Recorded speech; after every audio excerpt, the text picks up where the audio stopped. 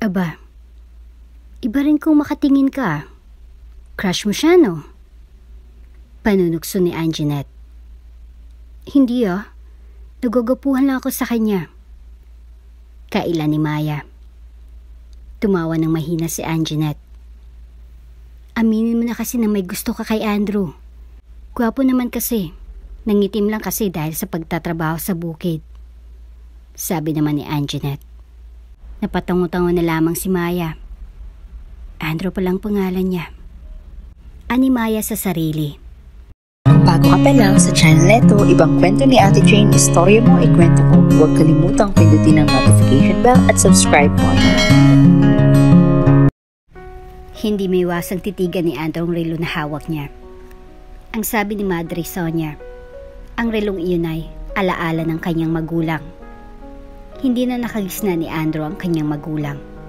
Maaga siyang naulila dahil nadisgrasya ang mga ito nung sanggol pa lamang siya. Ganun pa man, masaya siyang lumaki sa kumbento kasamang ibang mga bata. Nakapag-aral siya ng elementarya at high school. Pagtuntong niya ng 18 taong gulang, nagpasya na siyang umalis sa kumbento at hanapin ang sarili. Nagtrabaho siya sa mga stay-in para mabuhay ang sarili. Ngayon, isa na siyang magsasaka sa edad na 26. Maganda naman ang kita dahil iyon ang isa sa mga source of income sa probinsya. May sarili na siyang bahay, nayari sa kahoy, at kahit papaano ay may ipon na siya. Ibinalik niya ang relo sa isang maliit na box at inilagay iyon sa ilalim ng papag na hinihigaan. Tumayo na siya at lumabas ng bahay. Panibagong araw, pero tuloy pa rin ang buhay para magtrabaho. Sabi ni Andrew sa sarili at naglakad patungo sa bukid na ilang kilometro ang layo sa kanyang tinitirhan. Pagdating roon, kaagad niyang sinimulan ng trabaho. Kain tayo mamaya sa karinderya, Andrew. May nakapagsabi na may bagong tindera roon. Ang ganda. Tiyak na magugustuhan mo. Naku, kailangan mo na rin ng babaeng makakatuwang para hindi ka na nag-iisa sa buhay mo. Sabi ni Ayan. Natawa na lamang siya. Sige nga, tingnan natin iyang sinasabi mong babae para makilatis ko. Pakikisakay niya sa biro ng kaibigan. Sobrang ganda, pare. Nagandahan nga ako pero syempre, loyal ako sa asawa ko. Nagmamalaking sabi ni Ayan. Natawa na lamang siya. Magtrabaho na nga lang tayo, Ayan. Baka may makakita sa atin pagalitan pa tayo. Sabi na lang niya. Pagkatapos ng trabaho, nagpunta na sina Ayan at Andrew sa malapit na karinderya. Napaupo sila sa mesa na nasa gilid. Inginuso ni Ayan ang dalaga na nagsiserve sa isang mesa. Iyon yung babae na sinasabi ko sa iyo, Andrew. Ang ganda, no? Nakangising sabi ni Ayan. Tiningnan naman ni Andrew ang ininguso ng kaibigan. Napaawang ang labi niya nang makita ang babae. Maganda nga ito, maputi, balingkinita ng katawan at maganda. Biglang tumingin sa gawin niya ang babae. Nagtama ang kanilang mga mata. Ngumiti ang babae. Biglang bumilis ang tibok ng puso niya nang sadaling iyon. Bumulong si Ayan. Nginitian ka niya, pare. Sabi nito. Hindi iyon napansin ng babae dahil inaeskaso nito ang customer. Nang matapos, lumapit ito sa kanila. Tinanong kung anong order nila. Nang maibigay iyon, hindi na napigilan ni Andrew na magkomento. Ang ganda nga niya, pare. Parang diwata sa ganda. Kumbaga, na love at first sight si Andrew sa babae. Ligawan mo na, malay mo single, di ba? Sabi ni Ayan. Bumuntong hininga si Andrew. Parang ang bilis kong liligawan ko. Siyempre, kilalanin ko muna, pare. Mahirap na kung may sabit, di ba? Sabi ni Andrew. Tumango-tango naman si Ayan. Hindi may iwasang titigan ni Maya ang isang binata na nasa gilid na nakaupo kasama ang kasamahan nito sa bukid. Siniko siya ni Anjanette, isa sa kasama niyang service crew sa isang karinderya sa baryo. Kahit nasa baryo lamang ang karinderya, mabili iyon dahil malapit iyon sa school at sa mga malawak na bukid. Aba, Iba rin kung makatingin ah. Crush mo siya, no? Panunukso ni Anjanette. Hindi ah. Nagagapuhan lang ako sa kanya. Kaila ni Maya. Tumawa ng mahina si Anjanette. Aminin mo na kasi na may gusto ka kay Andrew. Gwapo naman kasi. Nangitim lang kasi dahil sa pagtatrabaho sa bukid. Sabi naman ni Anjanette. Napatango-tango na lamang si Maya. Andrew pala ang pangalan niya. Ani Maya sa sarili. Habang tumatagal, mas nagugustuhan ni Maya si Andrew. Paano ba naman kasi? Napakabait nito sa mga kasama. Madalas kasi ay sa karinderiya kumakain ng mga ito. Madalas din mahuli ni Maya na nakatitig sa kanya si Andrew.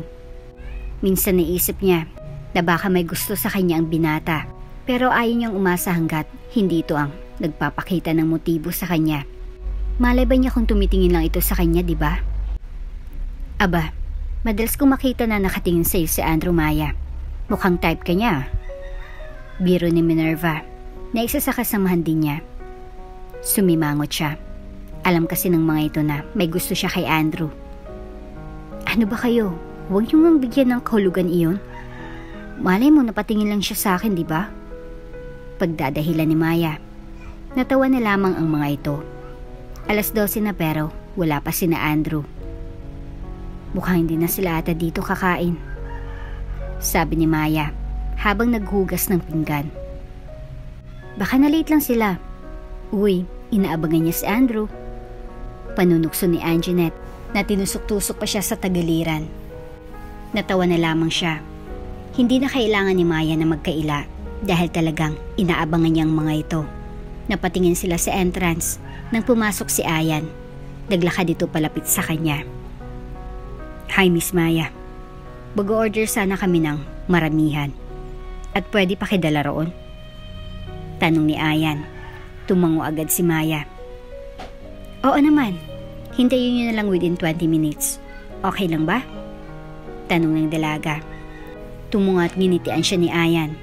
Ganun talaga iyon. Oo naman. Muna na ako ha. Madami kasi kaming tinatapos kaya doon na kami kakain. Paalam ni Ayan at lumabas na. Sayang. Crush ko pa man din si Ayan pero may asawa na. Nakasimangot na sabi ni Minerva. Girlfriend niya na agaw pa. Asawa pa kaya? Biro naman ni Anjanette. Oo nga no. Gawin ko nga iyan. Pakikisakay ni Minerva sa biro ni Anjanette. Tawanan silang lahat. Nagkanya-kanya na rin sila ng ginagawa. Inayos na ni Maya ang mga order na ulam ng mga trabahador. Excited siyang makita si Andrew. Nang matapos si Maya na mailagay sa medyo, may kalakihan na basket, ang order ng mga trabahador ng bukid. Nagtungo na siya sa bukid. Pagdating roon, abalang mga kalalakihan sa pagtatanim. Dumako ang tingin ni Maya sa lalaki na nasa di kalayuan. Walang iba kundi si Andrew. Mukhang napansin ata ni Andrew ang presensya ng dalaga. Nag-angat ito ng tingin. Nagtitigan sila. Itinaas ni Maya ang hawak na basket. Ito na pala yung order ninyo. Sigaw nito pero kay Andrew nakatingin. Andrew, ikaw nang kumuha. Buliyaw naman ni Ayan. Nagugas muna si Andrew ng kamay sa tubig na naroon at nilapitan si Maya. Pasensya na. Naabala ka pa namin. Medyo busy kasi kami. Hinging pa umanhin ni Andrew. Ngumiti lamang si Maya. Ayos lang yun, Andrew. Para makapasyal rin ako rito. Maluwang din pala yung lupang sinasakan ninyo. Komento ni Maya. Oo. Kaya hindi nawawala ng trabaho. Akin na yung basket at baka nabibigatan ka na. Sabi naman ni Andrew. Iniabot naman iyon ni Maya. Aalis na ako. Kayo na lang ang pumunta roon para magbayad. Sabi ng dalaga. Tumalikod na si Maya at hakbang na nang tawagin ito ni Andrew. Maya. Lumingon si Maya. Kay bilis ng tibok ng puso niya dahil nakatitig sa kanya ang magagandang mata ng binata. Bakit, Andrew? Ay sasabihin ka ba? Tanong niya. Huminga ito ng malalim. Gusto sana kitang ligawan, Maya. Pupunta ako mamaya sa karinderya para ihatid ka. Hintayin mo ako, sabi ni Andrew. Napalunok si Maya. Ibig sabihin lang nun, gusto siya ni Andrew. Halos marinig niya na ang malakas na pagkabog ng dibdib niya. Tumango si Maya at ngumiti ng matamis. Sige, hihintayin kita roon mamaya, Andrew. Aalis na ako. Madami pa kasi akong gagawin mamaya. Paalam niya at naglakad na paalis. Napangiti si Andrew at napasuntok sa ere nang makaalis si Maya. Ibig sabihin lang nun, pumapayag na si Maya na ligawan niya. Kinabahan pa siya kanina na sabihin iyon dahil baka sungitan siya nito. Pero hindi. What if may gusto rin sa kanya si Maya? Umiling-iling siya. Ayaw niyang umasa. Baka pinagbigyan lang siya dahil ayaw nitong mapahiya siya. Andrew! Tawag ni Ayan sa kanya sabay tapik sa kanyang balikat. Lumingon siya rito. May good news ako sa'yo, sabi niya. Ano yun? Mukhang ayos kayo ni Maya kanina ha. Nasabi mo na siguro na gusto mo siya, no? Pagbibiro nito, ngumiti si Andrew. Hindi man sa ganun pero nasabi ko na balak ko siyang ligawan at pupuntahan ko siya mamaya roon. Alam mo ba na pumayag siya? Hindi makapaniwala niyang sabi. Binata ka na bro, sabi ni Ayan at pakunwaring ginulo ang kanyang buhok. Tinawanan lang niya si Ayan. Samantalang nang makarating si Maya sa karinderya, kaagad niyang ibinalita sa kanyang mga kasamahan na balak siyang ligawan ni Andrew. OMG, ang haba ng buhok mo girl, tili ni Anjanette. Kunwari hinawakan niyang buhok. Sobra, kung alam niyo lang kay bilis ng tibok ng puso ko kanina. Seryoso niyang sabi. So, sasagutin mo na agad? Tanong naman ni Minerva. Umiling siya. Kahit naman gusto ko siya syempre, kailangan pa rin niya akong ligawan, diba? Wika niya. Sumang-ayon naman ang dalawa. Nagdesisyon na silang kumain habang wala pang customer. Pagsapit ng hapon, dumating na si Andrew. Bagong ligo ang binata at napakagwapo nito sa suot na plain gray shirt na tinernohan ng maong na shorts at tsinelas. Nakangiti ang mga kasamahan ni Maya. Lumapit ang dalaga kay Andrew. Umupo sila sa isang bakanteng mesa. Mukhang aaga mo ngayon ha? Maagang natapos ang trabaho ninyo? Tanong ni Maya nang makaupo na sila. Hindi. Nagpaalam ako sa boss kung pwedeng umuwi ng maaga kasi yayayain kitang kumain sa labas. Seryosong sabi ni Andrew. Napangiti naman si Maya. May effort si Andrew. Mabuti naman at pumayag iyong boss mo. Alam mo naman mga negosyante mahalagang oras sa kanila. Wika ni Maya. Mabait si boss. Talagang sumang-ayon agad siya para daw magkaroon na ako ng girlfriend. Wika ni Andrew na kakamot-kamot pa sa batok. Na tila nahihiya. Natatawa na lamang si Maya. Wait, magpapaalam lang ako kay boss, sabi ni Maya. No need. Hintayin na lang kita. Total malapit naman ang matapos ang trabaho mo. Kaya huwag ka nang magpaalam, sabi nito. Ngumiti siya at sinabing babalik sa trabaho. Malapad ang ngiti niya nang kinuha ang order ng isang customer. Nang matapos si Maya, nagbihis muna siya bago hinarap ang binata. Napili ni Andrew ang isang fast food. Naghanap sila ng mauupuan. Pasensya ka na kung dito kita dinala. Hayaan mo kapag yumaman ako. Dadalhin kita sa pinakasikat na kainan rito sa bayan. Biro naman ni Andrew nang makaupo na sila. Natawa ng mahina si Maya. Ano ka ba? Ayos lang. Ililibre mo nga lang ako. Mag-iinarti pa ako. Hintayin ko na yumaman ka. Biro naman pabalik ng dalaga. Ngumiti lamang si Andrew at nagpaalam na mag-order ng pagkain nila. Nang makapag-order, nagsimula na silang kumain. Salamat dahil niyaya mo akong kumain rito. Magilo na sabi ni Maya. Nagulat naman si Andrew sa sinabing iyon ni Maya. Ano ka ba? Ako dapat magpasalamat sa iyo dahil pumayag kang kumain tayo sa labas. Wika ni Andrew at ngumiti. Ay, kasi hindi ako mahilig lumabas kaya pinasalamatan kita. Pagdadahilan ni Maya. Nadulas siya. dahil matagal niya nang inasam-asam na yayain siya ni Andrew na lumabas. "You're welcome. Thank you din. So, payag ka na ba naligawan kita?" Tanong ni Andrew habang nakatitig sa kanyang mga mata. Napakagatlabi si Maya. Hindi siya sanay na nakatitig sa kanya si Andrew. Para siyang matutunaw, lumunok siya. "Oo naman, payag ako. Wala namang dahilan para tanggihan ko iyon. Mabait ka at masipag.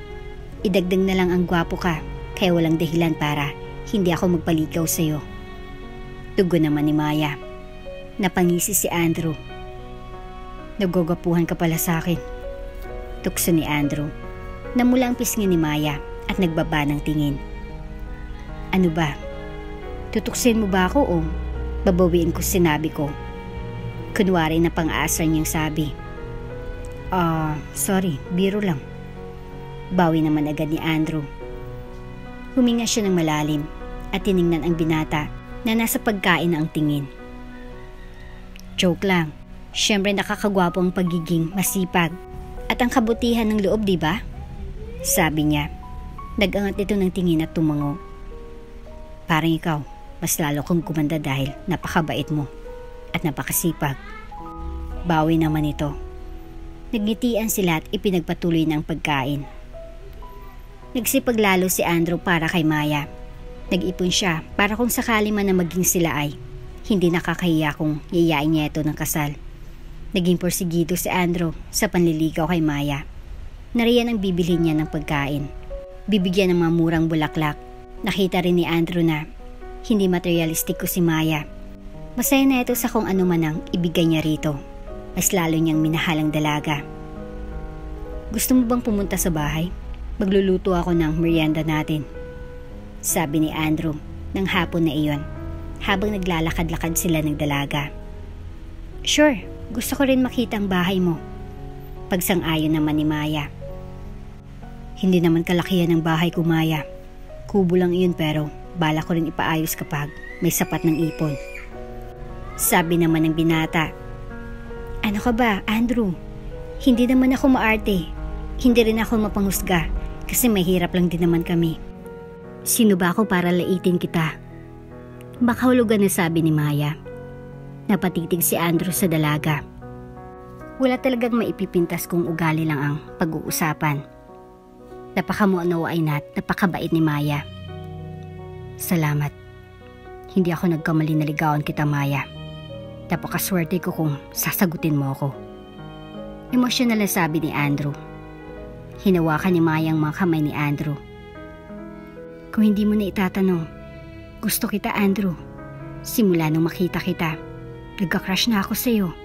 At mas lalong lumalim iyon sa pagdaan ng mga araw, lalo na ngayon na lagi kitang kasama." Nakangiting sabi ni Maya. Nanlaki ang mga mata ni Andrew, kasabay ng pag-awang ng labi. Nagulat ang binata sa ipinagtapat ni Maya. "Gulat ka, no?" Biro naman ni Maya. Natawa ng mahina si Andrew. "Hindi ko alam na may gusto ka pala sa akin, Maya. So, hindi mo na ako pahirapan pa na manligaw?" Biro naman ni Andrew. Pabirong kinurot siya ng dalaga sa tagiliran. "Hindi ako easy to get, no?" Sigaw niya at naglakad na patungo sa bahay ni na Andrew. Natawa naman ang binata. "Okay lang, worth it naman kung sakali man na sagutin mo ako. Kahit 1 taon mo na ako sagutin. Sure worth the wait, Maya." Emosyonal na sabi ni Andrew. Namula ang pisngi niya. Hindi na lang siya nagkomento. Naglakad na sila patungo kina Andrew. Pagdating nila Maya at Andrew sa bahay ng binata, pumasok sila sa loob. Ang masasabi ni Maya, maayos ang bahay at malinis. Kahit pawid lamang iyon. Kinulungan ni Maya si Andrew na maglinis ng gulay dahil magluluto ng pansit ang binata. "Masarap ka ba magluto, Andrew?" Tanong ng dalaga. "Siyempre, pwede mong tikman mamaya at pwede mo rin akong tik." Pinalo ni Maya sa braso si Andrew. "Hoy, ang birdie mo ah. Linisan na natin to para maluto mo na. Huwag iyan kung ano-anong pinapasok mo sa isip ko." Wika ni Maya at pinandilatan ng binata. Natawa lamang si Andrew. Nagtulungan silang magluto niyon hanggang sa matapos. Tinikman ni Maya ang pansit at nanlaki ang mga mata ng malasahan iyon. Pasarap nga. Pwede ka na mag-asawa. Biro ni Maya. Pwede, basta payag kang pakasalan ako. Napairap naman si Maya. Remember, Mr. Andrew Andres, nililigaw mo pa lang ako. Pagdidiin niya. Kumain na lang tayo ng pansit at baka sakali na mapa-oo kita kapag kinain mong specialty ko. Sabi ni Andrew at kumindat pa. Natawa na lamang si Maya. Sabay na silang kumain habang nagkukwentuhan ng kung ano-ano tungkol sa buhay nila para mas makilala nilang isa't isa. Wow! Nabusog ako, Andrew. Bulalas ni Maya. Mabuti naman at nabusog ka. Ihatid na ba kita mamaya? Tanong ni Andrew. Tumango naman si Maya pero napatingin siya sa kalangitan. Madilim iyon at nagbabadya ng malakas na ulan. Nako, mukhang uulan, komento niya. Pagkasabi ni Yunay, umulan ng malakas. Doon muna tayo sa silid baka mabasa tayo rito. Anyaya ni Andrew sa dalaga. Sementado kasi ang part na iyon ng bahay. Nang makapasok, isinara ni Andrew ang pintuan. Iginala naman ni Maya ang tingin sa kabuuan ng kwarto. Maayos at malinis. Parang hindi lalaking may-ari niyon. Buti sementado ang kwarto mo, no? Hindi napigilan na komento ni Maya. Sa labas kasi makikitang pawid na bahay. Oo, talagang ipinaayos ko kasi madalas ay nababasa ako. At hindi makatulog ng maayos lalo na kapag pagod sa bukid. Tugon naman ni Andrew. Naupo si Maya sa papag na may manipis na kutson. Ang lakas ng buhos ng ulan. Bigla siyang gininaw dahil pumapasok ang malamig na hangin sa kahoy na bintana. Tumayo naman si Andrew at kumuha ng manipis na jacket at isinuot iyon sa dalaga. Salamat, Andrew. Tumingin si Maya sa binata at ganoon na lang ang bilis ng tibok ng puso niya dahil malapit na ang mukha niya sa binata. Napalunok siya nang tiningnan ni Andrew ang kanyang labi. Dahan-dahan na inilapit ng binata ang labi sa kanya. Napapikit na lamang si Maya at hinintay na lumapat ang labi nito sa kanyang labi. Marahan ang bawat halik ni Andrew. Hindi akalain ni Maya na ganun kasarap ang unang halik. Nadadala siya hanggang sa iniga siya ni Andrew sa kama at umibabaw habang magkalapat pa rin ang kanilang labi. Ramdam din ni Maya na siya ang unang halik nito dahil hindi magaling humalik ang binata. Para silang hinihingal nang maghiwalay ang kanilang labi. I'm sorry kung hindi ako marunong humalik. Ikaw kasi ang first kiss ko. Pag-amin ni Andrew. Napangiti naman si Maya. Ako rin naman ikaw ang first kiss ko. Namumula ang mukha na sabi ni Maya. Napapikit siya nang maramdaman ang matigas na bagay na iyon na nasa kanyang puson. I want you, Maya, as much as I love you. Pwede ba kitang angkinin ngayon? Madamdamin na sabi ni Andrew. Natigilan si Maya.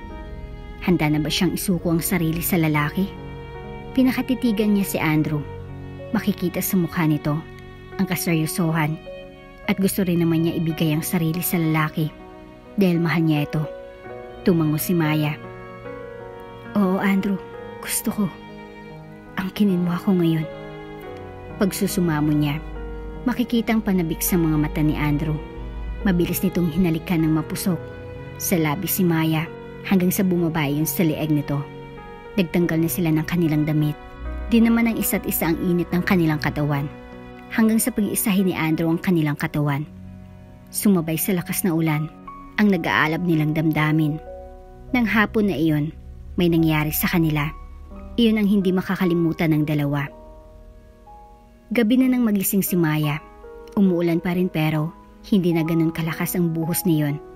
Pumasok si Andrew na may dalang mangkok. Aros kaldong laman niyon base sa amoy. Bumangon ka at nang makakain ka. Wika ni Andrew. Sumimangot siya. Masakit ang buo kong katawan, Andrew. Reklamo niya.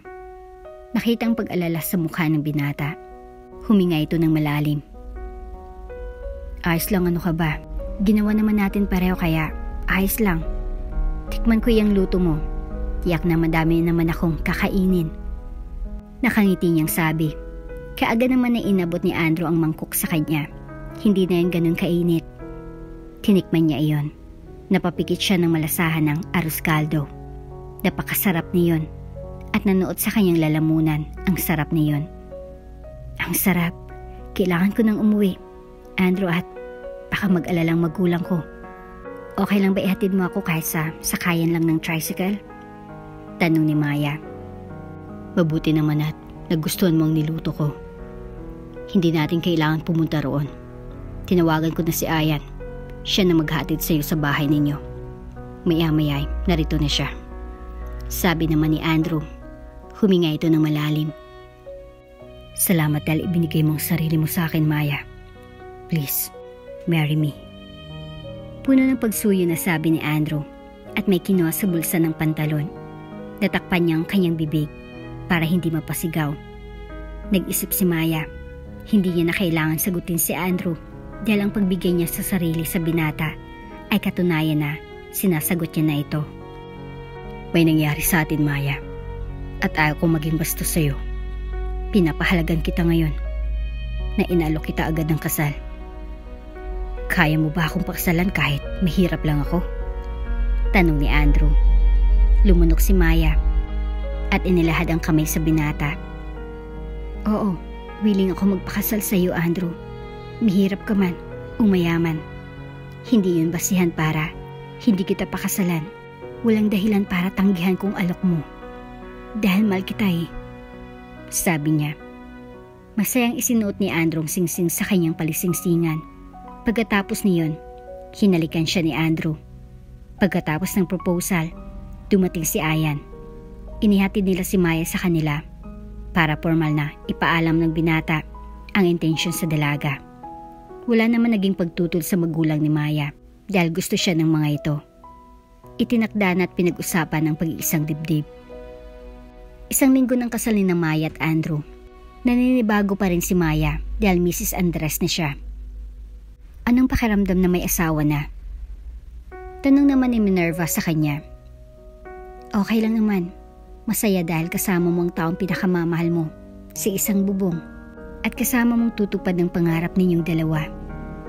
Aniya na nakangiti habang nangangarap. Kasalukuyan silang nagugas ng pinggan dun sa karinderya. Gusto sana siyang pahintuin ni Andrew sa pagtatrabaho, pero iginiit ni Maya na gusto muna niyang magtrabaho lalo at wala silang anak. Hindi naman sila humahantong sa sagutan. Pinag-uusapan nila ng maayos ang kanilang problema. Aba, iba talaga kapag in love, no? Sabi ni Minerva. Ngumiti lamang siya. Malalaman mo rin iyan kapag ikinasal ka na, Minerva. Sabi naman niya. Mabilis natapos ang araw. Sinundo siya ni Andrew. Kamustang araw mo, mahal? Tanong ni Andrew habang tinatahak nilang daan pa uwi. Sumagot siya ng ayos at kinumusta rin ito sa maghapon. Pagdating nila, akmang magluluto siya ng kanin pero nakaluto na ito. Sana hinintay mo na lang ako, mahal, para ako nang nagluto ng kanin natin. Pagod ka sa maghapon eh. Sabi ni Maya. Hinaplos ni Andrew ang pisngi ng asawa at hinalikan ang tungkis ng ilong nito.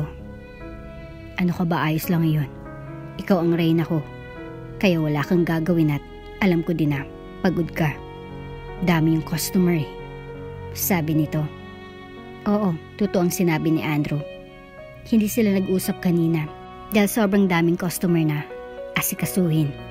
Bilang ganti, hinalikan niyang asawa sa labi ng buong pagsuyo at pagmamahal. Linggo iyon at kasalukuyan na naglilinis ng bahay si Maya. Nag-absent siya para mag-general cleaning ng bahay. Kahit papaano ay sementado na ang ibang parte niyon at may flooring na. Ang sabi ni Maya sa asawa ay magpapahinga siya pero ang totoo ay maglilinis siya. Kapag sinabi niya na maglilinis siya, baka hindi ito pumayag. Napunta siya sa ilalim ng kama at inilabas ang mga naroon. Napadako ang tingin niya sa isang kahon na di kalakihan. Na-curious siya kaya binuksan niya iyon. Wow, relo. Hindi birong halaga ng relo nito ah. Wika ni Maya habang hawak ang relo at tinitigan iyon. Hindi na iyon gumagana. Tinignan niya kung anong sira nun. May parte lang ng relo ang nawawala. Naisip ni Maya na baka importante iyon sa asawa. Hindi man nabanggit iyon sa kanya pero ayos lang. Baka nakalimutan lang. Basta ang alam ni Maya sa asawa, ulila ito. At sa bahay ampunan lumaki. Nang malinis ang ilalim ng kama, ibinalik niya ang kahon roon. Nagluto si Maya ng tanghalian nilang mag-asawa. Half day lang si Andrew sa trabaho. Nang dumating ito, ipinaghanda niya na ang asawa. Naglinis ka ng bahay? At nagluto ka pa? Di ba nag-usap tayo na ako nang bahala sa gawaing bahay? Tanong ni Andrew. Niyakap ni Maya ang asawa. Mahal, wala naman akong ginagawa. Kaya hayaan mo na ako. Gusto kong pagsilbihan ka. Masuyong sabi ni Maya. Huminga ng malalim si Andrew. Okay, hayaan na kita. Pero huwag ka lang masyadong magpapagod ha. Sabi nito. Tumango naman siya at niyaya ng asawa naman ang halian. Mahal, sino nagbigay sa iyo ng relo? Nakita ko sa ilalim ng kama nung naglinis ako. Tanong ni Maya. Napatingin naman si Andrew sa asawa. Iyon ba? Pag-aari yun ng magulang ko. Iniwan daw sa akin noon bago sila namatay. Pasensya na at ngayon ko lang nasabi sa iyo, mahal. Hinging pa umanhin ni Andrew. Ngumiti naman si Maya. Ayos lang, ano ka ba? Naiintindihan ko. Saka busy ka rin naman kaya nakalimutan mong sabihin sa akin. Nakangiting sabi ni Maya. Bakit hindi natin hanapin ang lolo at lola mo? Baka sakaling buhay pa sila. Tanong ni Maya. Umiling si Andrew. Imposible na mahanap pa natin sila. Wala rin naman akong alam kung sino sila. Kaya mahirapan lang tayo. Tumango-tango naman si Maya at hindi na ipinilit ang gusto. Nang matapos na silang kumain, nagpahinga na muna sila. Mabilis na lumipas ang panahon at hindi pa rin nabubuntis si Maya. Mag-1 taon na tayo, Andrew. Pero hindi pa tayo nakakabuo. Malungkot na sabi ni Maya. Huwag kang mawala ng pag-asa, mahal. Darating din iyan. Basta magdasal lang tayo at hindi natin inaasahan. Ibibigay na ng nasa itaas ang hiling natin, di ba? Puno ng pag-asa na sabi ni Andrew habang nakahiga sila sa kama. Hinalikan niya ang tutok ng ulo ni Maya. Oo nga pala, malapit ng anniversary natin. Anong gusto mong regalo? Tanong ni Maya kay Andrew. Kain na lang tayo rito sa bahay, Maya. Kailangan natin iyong ipon natin, lalo at hindi na arawan sa bukid. Sabi ni Andrew. Tumango naman si Maya. Iyon ang isa sa minahal ni Andrew sa asawa, ang pagiging maintindihin nito. Niyakap niya ang asawa. Maraming salamat dahil naiintindihan mo ako, Maya. Kaya napakaswerte ko sa'yo. Puno ng pagsuyo na sabi ni Andrew. Hinalikan ni Maya ang asawa nang maghiwalay ang kanilang labi. Pinakatitigan nito ang asawa. Paswerte din naman ako sa'yo dahil napakasipag mo. Walang ibang iintindi sa'yo, kundi ako dahil asawa mo ako eh. Sabi nito. Ngumiti lamang si Andrew at nang gabing iyon ay inangkin niya ang asawa. Kinabukasan, habang nasa bukid si Andrew, biglang pumasok sa isip niya ang pwedeng iregalo sa anibersaryo nila ni Maya sa susunod na linggo. Oh, bakit parang ang lalim ng iniisip mo, Andrew? Puna ni Ayan sa kanya, napabuntong hininga si Andrew. Anibersaryo na kasi namin ni Maya sa susunod na linggo, kaya kailangan ko siyang regaluhan. Kaso wala akong pera. Malungkot na sabi ni Andrew. Kahit simpleng regalo lang, masaya ng asawa natin, Andrew. Bigyan mo siya ng isang regalo na tiyak na hindi niya makakalimutan. Suhestyon ni Ayan. Biglang pumasok sa isip ni Andrew ang vintage bag ng asawa na bigay ng ina nito. Napangiti siya.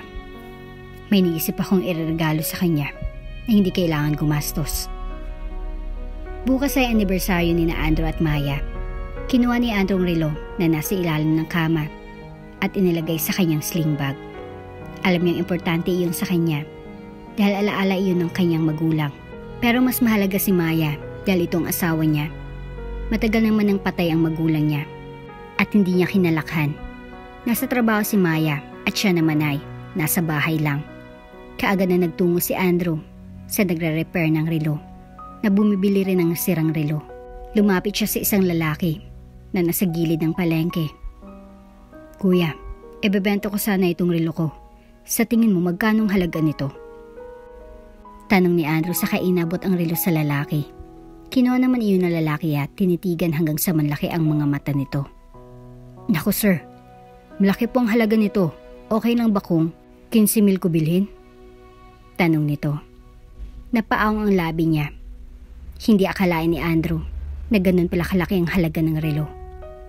15,000? Ang laki naman po pala ng halaga. Hindi makapaniwala na bulalas ni Andrew. Tinanggap niya iyon dahil malaki nang maitutulong niyon sa kanila ni Maya. Makapaghanda pa sila. Matapos maibigay ang 15,000, bumili siya ng handle ng vintage bag ng asawa. Nang makabili, umuwi na si Andrew sa bahay. Ngunit hindi alam ni Andrew na may regalo pala si Maya sa kanya. Pagmulat ng mga mata ni Andrew, tulog pang asawa. Kinuha niya sa ilalim ng kamang regalo niya kay Maya. Inilagay niya iyon sa kanyang likuran. Ilang sandali lamang nagmulat ng mata ni Maya. Good morning, Mrs. Andres. Happy anniversary. Thank you for everything. Sa pag-aalaga at pag-aasikaso sa akin. Mahal na mahal kita. Emotional na sabi ni Andrew na tumulo pang luha. Umirap kunwari si Maya. Ano ba yan? Kaaga-aga pinapaiyak mo ako. Happy anniversary din mahal ko. Maraming salamat dahil napakabait mong asawa sa akin. Napaka-responsable at kailanman. Hindi ka naging sakit sa ulo. Biro ni Maya. Natawa naman si Andrew. Dahil anniversary natin, may regalo ako sa'yo. Masiglang sabi ni Andrew. Nagniningning ang mga mata ni Maya. Ako rin may regalo sa'yo. Nagdesisyon sila na sabay bubuksan ang regalo ng isa't isa. Nang maibigay nila iyon, binuksan na nila. Ngunit imbis na sayang makikita sa mukha nila, kundi pagkadismaya. Paano ba naman? Ang natanggap ng regalo ni Maya ay parts ng relo na ibenta niya para mabilhan ng asawa ng regalo. Ibinenta kong vintage bag ko para mabili ko iyan dahil alam kong kung gaano mong pinahalaga ng magulang mo. Iyon lang kasing alaala na meron ka. Malungkot na sabi ni Maya. Kaya bumili rin ako ng handle ng bag mo dahil alam ko kung gaano mo iyon pinahalagahan dahil galing pa iyon sa lola mo. Malungkot naman na sabi ni Andrew. Naiyak silang dalawa at nagyakapan. Dito natin napatunayan na mahal natin ang isa't isa dahil handa natin isakripisyo ang mga bagay na pinapahalaga natin para sa kaililigay ng isa't isa. Emotional na sabi ni Andrew. Tumango naman si Maya pero kalaunan ay natawa na rin sila at nagyaya na lamang si Andrew na kumain sila sa labas dahil naibenta niya ng relo ng 15,000. Ang laking halaga pala niyo, no? Siguro may kayang mga magulang mo, Andrew. Tanong naman ni Maya. Nagkibit balikat na lamang siya. Sinabi na lamang niya sa asawa na huwag na nilang pag-usapan pa iyon. Tumango naman si Maya dahil naiintindihan nito ang asawa. Kinabukasan, nagpunta si Don Paulito sa bayan para bumili ng pasalubong para kay Andrew sa kanyang apo. Kailangan rin niyang ipahanap ang apo kay Ronald dahil hindi alam ng madre kung saan nakatira ngayon si Andrew. Napadaan si Don Paulito sa paggawaan ng relo. Napatingin siya sa isang relo na nakadisplay roon. Kumunot ang noo ng matanda dahil mukhang pamilyar iyon. Lumapit siya roon. Iho, pwede makita iyang relo na iyan? Tanong ni Don Paulito, sabay turo sa relo. Kinuha naman iyon ng lalaki at ibinigay sa kanya. Tinitigan niya iyon. Ay ibinigay si Don Paulito sa kanyang anak na si Nardo na relo. Wala iyon kapareho dahil personalized iyon. Kung gusto niyo po iyan, ibebenta ko pong 25,000. Sabi ng lalaki. Sino nagbenta sa iyon to? Tanong niya. Isang lalaki po. Binenta niya po sa akin at nagustuhan ko naman kaya binili ko na po. Bibili niyo po ba? Tanong nito. Oo, bibilin ko. Sagot ni Paulito at nagpunta na sa sasakyan. Kinuha ang pera at ibinigay iyon sa lalaki. Pinigyan niya rin ito ng tip na 5,000. Alam niyang tinubuan ng lalaki ang relo. Pero naghahanap buhay lang ang tao, kaya ayos lang iyon. Kung gagamitin naman ito iyon para sa pamilya. Naku sir, maraming salamat po. Malaking tulong po ito sa pamilya ko lalo at Nag-aaral ang mga anak ko. Emotional na sabi ng lalaki. Ngumiti lamang siya. Ayos lang. Mabuti na lang at pulang nagka-interest dyan. Sabi naman ni Paulito. Baka po para sa inyo talagang relo, sir. Nakangiting sabi naman ng lalaki. Nagpaalam na si Paulito. Sumakay siya ng sasakyan at umuwi. Kailangan niya nang makita si Andrew. Habang nasa daan, tinawagan niya si Ronald. Pumunta ka sa bahay. May papahanap ako sa iyo na tao. Seryoso niyang sabi. Kaagad naman na tumalima ang lalaki. Makakasama na rin kita, apo ko. At kapag nangyari iyon, ipaparanas ko ang buhay na hindi mo naranasan. Para makabawi man lang ko sa iyong ama. Sabi niya na hindi napigilan pagtulo ng luwas sa mga mata. Kung hindi sana siya naging makasarili, edi sana nabuhay ang nanay niya nang matiwasay maging si Andrew. Nagsisisi siya. Kahit anong pagsisisi ang gawin niya, hindi niya na may babalik pa ang lahat. Kaya ngayon babawi siya kay Andrew, kahit kay Andrew man lang. Pagdating ni Paulito, naroon na si Ronald sa terrace. Kaagad siyang lumabas at niyayang lalaki na doon sila sa loob mag-usap. Wala nang kasama sa buhay si Paulito. Tanging ang katulong na lamang niya na si Hilda ang kasama niya roon. Naupo sila sa sofa. May papahanap ako sa na tao, Ronald. Gusto kong hanapin mong apo ko. Sandali at kukunin ko mga impormasyon na meron ako para madali mo siyang mahanap. May litrato rin niya ako. Sabi ni Paulito. Tumayo siya at nagtungo sa mini office niya. Nang makuha ang kailangan, bumalik na siya sa salas. Ibinigay niya iyon kay Ronald. Tiningnan iyon ng lalaki. Sapat na po ang mga narito at ang picture para mapadali ang paghanap ko sa kanya, dun Paulito. Sabi naman ni Ronald. Nagpasalamat ang Ginoo sa sinabi ng private investigator.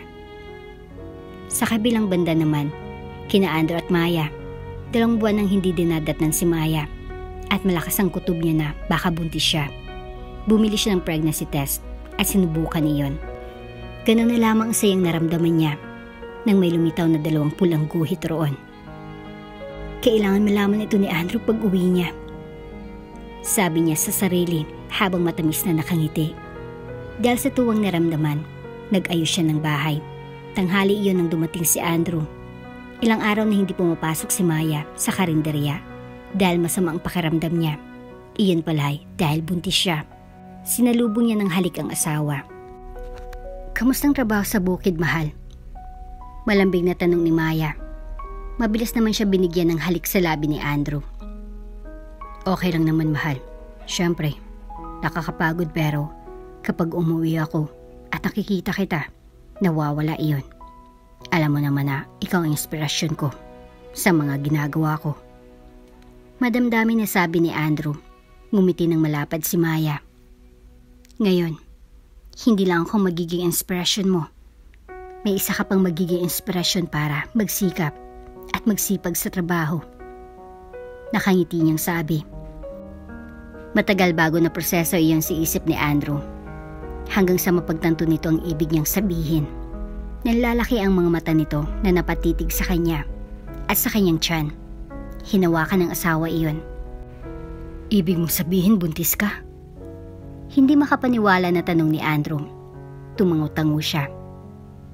Oo, 2 buwan na akong buntis, Andrew. Emotional niyang sabi. Nabigla siya nang buhatin siya ng asawa at iikot sa ere. Andrew, ano ba? Ani habang natatawa. Nang maibaba ni Andrew ang asawa, nahinto sila dahil may narinig silang ugong ng sasakyan sa tapat ng kanilang bahay. Sa tabi lang kasi iyon ng daan. Mukhang may bisita tayo. Pero sino naman kaya? Tanong ni Andrew. Nagkibit balikat si Maya. Wala rin siyang alam. Dahil wala naman siyang kaibigan na may sasakyan. Tumabas si Andrew at nakitang itim na van sa labas. Bumukas ang back door at lumabas ang lalaking may malaking katawan. Biglang nakaramdam ng takot si Andrew at niyakap si Maya. Maging siya ay natakot rin. Paano kung may balak itong masama sa kanila? Binuksan ng lalaki ang pintuan sa passenger seat at lumabas ang isang may edad na matanda. Nagtamang mamata nila ni Andrew. 2 pang lalaking lumabas, isang nasa driver's seat na marahil ay driver at isa na may malaking katawan rin. Mukhang bodyguard ito ng matanda. Lumapit ito sa kanila. "Sino kayo?" tanong ni Andrew. Natatakot siya pero hindi niya yun pinakita lalo na't naroon si Maya. "Apo ko, Andrew. Ako tong Lolo Paulito Andres mo, ang ama ng iyong amang si Nardo Andres," sabi nito. Nagulat si Andrew nang marinig ang sinabi niya iyon ng matanda na nagngangalang Paulito.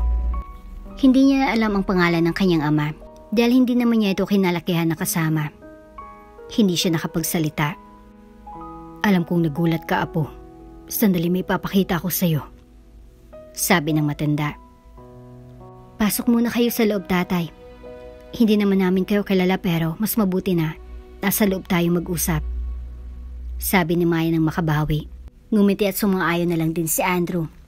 Ayaw naman niyang mapahiya ang asawa kung sakali man na pigilan niyang sinabi nito. Mukha naman na walang gagawin na masama ang mga ito sa kanila. Nang makapasok sa loob, umupo ang mga ito sa monoblock. "Akin ang kahon, Ricardo. Kailangan makita iyon ni Andrew," sabi ni Paulito. May inabot kay Paulito si Ricardo na isang maliit na kahon. Binuksan iyon ng matanda at inilabas ang laman niyon. Ang relo na ibinenta niya. "Bakit nasa matandang relo? Paano pong napunta sa inyo iyan?" "Akin po iyan na ibinenta ko sa gumagawa ng relo," sabi ni Andrew. "Oo, nakita ko na nakadisplay kaya binili ko. Alam mo ba na personalized ang relo na ito? Ibig sabihin, wala itong katulad. Ibinigay ko ito sa iyong ama pagka-graduate niya ng kolehiyo. Regalo ko iyan dahil mahilig siya sa relo." Pagkukwento ng matanda, napatingin si Andrew sa asawa. "Ano sa tingin mo? Nagsasabi siya ng totoo?" tanong niya. Tumango si Maya. Makikita sa kanyang mga mata na hindi siya nagsasabi ng kasinungalingan. Siya ang iyong lolo at katunayan ng relo na iyan ang prueba, sabi ni Maya. "Para maniwala ka, ipapakita ko sa iyo ang litrato namin ng tatay mo na suot niyang relong ito," sabi ni Paulito. Ibinigay ni Ricardo sa matanda ang cellphone nito. Nang makita ng matandang litrato, ibinigay niya iyon kay Andrew. Inabot niya iyon at tiningnan ng nasa litrato. Suot nga ng lalaking relo na pag-aari niya. "Siyang iyong ama, Andrew. Nung sanggol daw kasi ako, hilig ko daw hawakan ng relo ni tatay. Kaya nung umalis sila, pilit ko daw kinukuha iyon. Kaya tinanggal nila at ibinigay sa akin. Nang araw din iyon ay nadisgrasya sila ni nanay at tatay sa jeep na sinasakyan nila pa uwi. Kaya walang nagawa yung ali, kundi ipaampon ako dahil kapos din sila sa pera at may mga anak din. At iyang relo ang naging alaala ko. Umalis ako sa Mary Grace Charity. Pagtuntong ko ng 18 na taong gulang. Nagtrabaho ako bilang tagahugas ng pinggan sa mga karinderya, construction worker, tindero, at hanggang sa maging magsasaka ako. Pagkukwento ni Andrew. "Patawarin mo ako, apo. Dali ang buhay na dinanas mo. Imbes na nabubuhay ka ng matiwasay at marangya. Kasalanan ko kaya ganito ang pamumuhay na kinalakihan mo. Kung sana tinanggap ko ang kanyang napangasawa, baka sakaling buhay pa siya at mayaman ka na rin," sabi naman ni Paulito. "Wala akong pinagsisihan sa nangyari. Ayos lang na naging ganito ang buhay ko dahil nakilala ko si Maya. Kung sakali man sa inyo ako lumaki, baka ang mapangasawa ko ay yaman ko lang ang habol. Paano ba naging mahirap sa tatay? Gusto kong malaman, lolo." Determinado na sabi ni Andrew. Tumango ang matanda at nagsimula ng magkwento. Ang nakaraan. "Dad, may papakilala akong girlfriend ko sa inyo bukas," masiglang sabi ni Nardo. Tiningnan ng matiim ni Paulitong anak. "Girlfriend? Galing ba yan sa may kayang pamilya?" Seryoso nitong tanong. Natigilan si Nardo. "Dad, kailangan ba iyon? Kahit naman mahirap siya, basta mahal niya ako, ay ayos lang. Ang importante ay nagmamahalan kami, di ba?" Sabi naman ni Nardo. Bumuntong hininga si Paulito. Alam mo na ayaw kong magkaroon ka ng kasintahan na mahirap, Nardo. Ang gusto ko ay kagaya natin na mayaman. Sigaw ni Paulito. Mahal ko siya. At mahal niya ako, Dad. Kung ayaw niya sa amin, ayos lang. Basta ako, ipaglalaban ko siya. Ganting sigaw rin ni Nardo. Ano? Gusto mong mawala ng mana dahil lang sa babaeng iyon? Itatakwil pa kita na anak ko. Sigaw ni Paulito. Umiling-iling si Nardo. Kahit itakwil niyo pa ako, hindi yun magiging hadlang ng pagmamahalan namin. Sigaw ni Nardo. Nang malaman ni Paulito na nagtanan sila at nagpakasal, tuluyan niya nang itinakwil si Nardo at pinutol ang anumang komunikasyon nila. Nawala na rin ng mana si Nardo. Umiiyak si Paulito habang nagkukwento. Hindi maiwasan na makaramdam ng awa si Andrew sa matanda. Dahil sa pagiging gahaman sa pera ay hindi nito nakasamang anak. Kung may babalik ko lang ang nakaraan, Andrew, gusto kong itama lahat. Pero alam kong hindi na iyon mangyayari. Kaya pinahanap kita sa isang private investigator. Ayos lang kahit gumastos ako ng malaking halaga. Ang mahalaga ay mahanap kita. Gusto kong bumawi sa mga naging pagkukulang ko sa tatay mo. Kahit ikaw man lang. Sabi nito habang pinupunasan ang luwas sa mga mata. Bakit ngayon lang ako hinanap, Lolo? Sa loob ng 26 years. Bakit ngayon lang? Tanong ni Andrew. Well, ayos lang naman sa kanya na hindi siya nahanap. Dahil kung hinanap siya noong kanyang lolo at natagpuan, malamang hindi niya makikilala si Maya. Pero gusto niya lang malaman kung bakit ngayon lang siya hinanap nito. Dahil ngayon ko lang napagtanto na tumatanda na ako at may mag-aalaga sa mga kayamanan ko. Hindi ko kasi alam na may anak si Nardo hanggang sa naisip kong ipahanap kung may anak nga ba si Nardo. Kaya ngayon ko lang naisipan. Puno ng lungkot na sabi ni Paulito. Tumangot-tangon naman siya. Pag-iisipan ko, Lolo. Mag-usap muna kami ni Maya tungkol dyan. Sagot naman ni Andrew. Napangiti naman si Maya dahil nire-respeto nitong sasabihin niya. Naiintindihan ko, Apo. Mag-iwan kami ng calling card sa'yo para kung sakali man na gusto mong tumira sa mansyon. Welcome ka roon. Naroon ang mga alaala ng iyong yumaong ama. Sabi ni Paulito. Ibinigay naman sa kanya ng lalaki na kasalamin na sa pagkakaalam ni Andrew ay personal driver ni Paulito. Sige po, tatawag na lang po kami kapag napagdesisyon na kami ni Maya. Sabi naman ni Andrew. Sana sa maririnig mo, huwag sana magbago ang tingin mo sa akin. Apo ko, alam ko naging masama akong ama pero ang hangad ko lang kay Nardo noon ay mapabuti siya. Wika ni Don Paulito. Wala iyon, Lolo. Nakaraan na iyon at hindi na natin maibabalik pa iyon. Ang mahalaga, handa mong itama lahat ng pagkakamali mo noon. Naluluha ang matanda sa sinabi ni Andrew. Maraming salamat, Apo. Pwede ba kitang mayakap bago ako umalis? Hinging permiso ng matanda. Ayaw naman iyon ipagkait ni Andrew, kaya pumayag siya. Gusto rin naman niya na maramdaman ang yakap ng Lolo Paulito niya. Bago umalis ang matanda, nagbigay ng pera ito sa kanya. Tinanggihan niya iyon. Okay lang po, Lolo. May ipon pa naman kami mag-asawa. Sabi ni Andrew. Ngunit ipinagpilitan iyon ni Paulito. Kunin mo na, Apo. Tulong ko rin na pandagdag gastusin niyo. Magiliw nitong sabi. Tinanggap na lang iyon ni Andrew at nagpasalamat. Nang makaalis si Paulito kasama ang 3 tauhan, hinarap siya ni Maya. Anong balak mo ngayon, Andrew? Tanong ni Maya. Huminga ng malalim si Andrew. Mahal kong ginagawa ko ngayon, Maya. Mahal kong pagsasaka. Ayaw kong bumalik sa kanya dahil lang sa mayaman sila. May prinsipyo din ako kahit sabihin na lolo ko si Paulito. Okay na yung ibinigay niyang tulong sa atin kanina. Paliwanag ni Andrew. Hinawakan ni Maya ang kanyang mga kamay. Buong pagsuyo siyang tinitigan ng kanyang may bahay. Niintindihan kita, Andrew. Susuportahan kita kung saan ka masaya. May gusto lang akong sabihin. Wala nang kasamang lolo mo sa bahay at tumatanda na rin siya. Ang gusto lang naman niya ay may magmana ng kayamanan niya at wala nang iba kundi ikaw. Malay mo, Ito na iyong hinintay natin na swerte. Lalo na't buntis ako, Andrew. Sana pag-isipan mong mabuti. Maging practical tayo dahil mahirap ang buhay. Wala ka namang ninakaw eh. Sa'yo naman iyon. Isipin mong future ng anak natin. Malumanay na sabi ni Maya. Tumango-tango si Andrew. May point na naman ang asawa niya. Kailangan isipin nila ang future ng magiging anak nila. Pero lalaki siya eh. Gusto niyang buhayin ang kanyang mag-ina sa sariling sikap niya at hindi dahil sa mana. Basta, pag-iisipan ko, Maya. Tugon niya. Nang gabing iyon hindi makatulog si Andrew. Iniisip niya ang mga sinabi ng kanyang asawa. Kailangan isipin niya ang kanyang anak.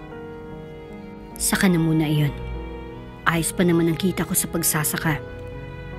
Aniya sa sarili at ipinikit ang mga mata at pinilit na makatulog. Kinabukasan, maagang nagpunta si Andrew sa bukid. Nagtaka siya dahil may kumpulan ng mga magsasaka sa tabi ng bukid. Lumapit siya roon at nakiisyoso. Anong meron at parang may meeting? Biro ni Andrew pero hindi natasa ang kinausap niya. Mukhang seryosong pinag-usapan nila. Hindi kaya tungkol iyon sa lupang sinasaka nila? Ang bali-balita kasi, ibebenta na ni Don Facundo ang ilang parte ng lupa dahil malaki ang offer sa kanya. Magtatayo ang doon ng ibang negosyo sa bayan. Sabi ni John na isa sa mga kasamahan niya. Tiyak ang ilan sa atin ay mawawalan ng trabaho. Nanghina na sabi niya, sana hindi siya matanggal. Baka nga magtanggal ng mga trabahador, Andrew. Naku, hindi ako pwede matanggal. May mga anak ako. Malungkot na sabi ni June. Ilang sandali lamang ay nahintong usapan ng mga naroon. Dahil dumating si Don Facundo, tumayo ito sa harapan nila. Alam niyo naman na siguro ang bali-balita na ibebenta ko ang ibang bahagi ng aking lupain. Tanong ng Don. Tumugon naman ang mga naroon. Gustuin ko man na hindi ibenta pero kailangan.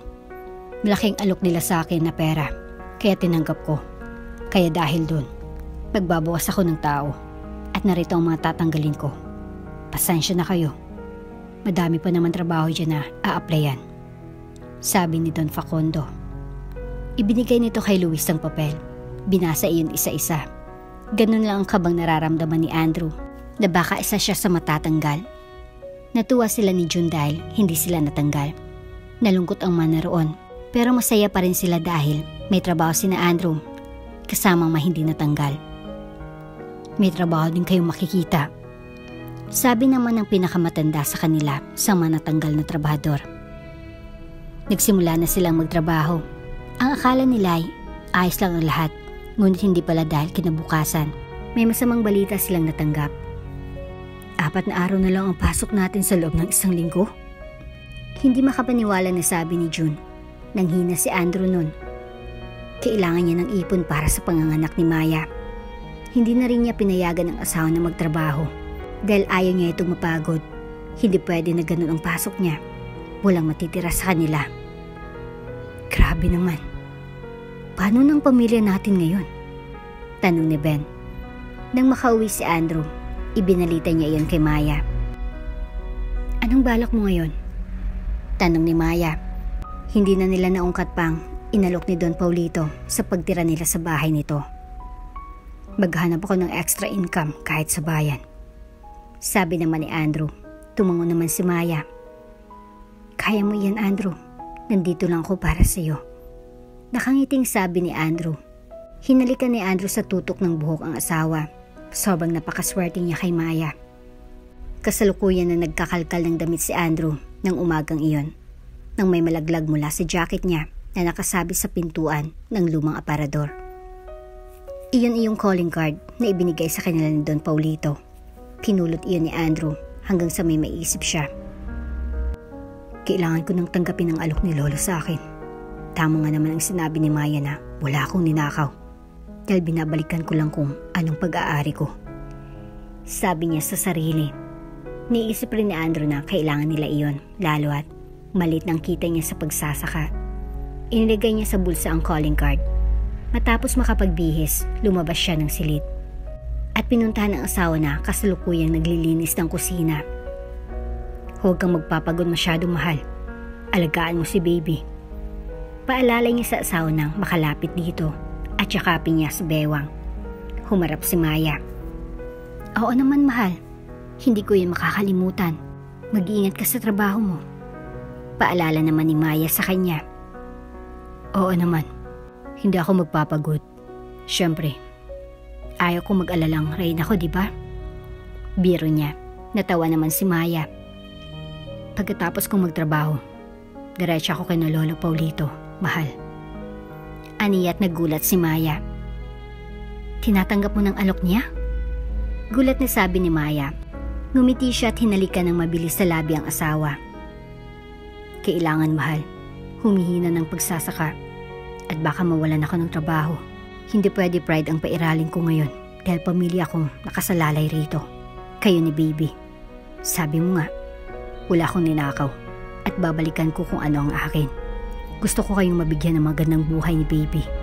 Ayaw kong habang buhay tayong mahirap. Determinadong sabi ni Andrew. May tumulong luha sa mga mata ni Maya. Bakit ka umiiyak? Aniya na natatawa habang pinupunasan iyon. Masaya lang ako dahil nagdesisyon ka ng tama. Ang gusto ko lang ay bumalik ka sa lolo mo dahil namimiss ka niya. At lahat meron siya ay sa'yo. Huwag mong ipagkait sa sarili mo ang kuminhawa dahil deserve mo iyon. Malambing na sabi ni Maya. Salamat sa paggalang sa desisyon ko, mahal. Pasensya na kung medyo natagalan. Paghingi niya ng paumanhin. Ano ka ba, ayos lang iyon. Ikaw yan eh, sarili mo iyan. Wala ako sa posisyon para pilitin kita. Napili ng desisyon ko. Iginagalang ko iyon dahil lalaki ka at may prinsipyo. At hindi ko man naranasan ang pinagdaanan mo. Mahirap iyon. Ang mabuhay ng walang magulang. Bilang asawa narito lang ako para suportahan ka. Emotional na sabi ni Maya. Mariin na hinalikan ni Andrew sa labi si Maya. Ibinuhos niya lahat ng kaniyang pagmamahal rito. Mahal na mahal kita. Madamdamin na sabi ni Andrew sa asawa. Tinugon rin iyon ni Maya. Nagpaalam na si Andrew sa asawa. Pagsapit ng 1:00 ng umaga, nagpaalam na si Andrew sa mga kasama na aalis na dahil may mahalaga siyang pupuntahan. Sumakay siya ng tricycle patungo sa terminal ng bus. Kailangan niyang bumiyahe ng 30 minuto patungo roon. Mabuti na lang at paalis ng bus na sinasakyan niya. Bumaba siya sa terminal at pumara ng pampasaherong tricycle. Kuya, alam niyo po ba kung saan nakatira si Don Paulito Andres? Tanong ni Andrew. Oo, alam ko. Doon bang punta mo? Tanong ng driver. Opo, akihatid ako doon, kuya. Aniya, sinabihan siyang sumakay na. Mga nasa 20 minuto rin ang tinakbo ng tricycle bago sila huminto sa isang magarang bahay na may 2 palapag. Dito na tayo. 300 pesos ang bayad sa Arkila. Sabi ng lalaki. Kumunot ang noo niya.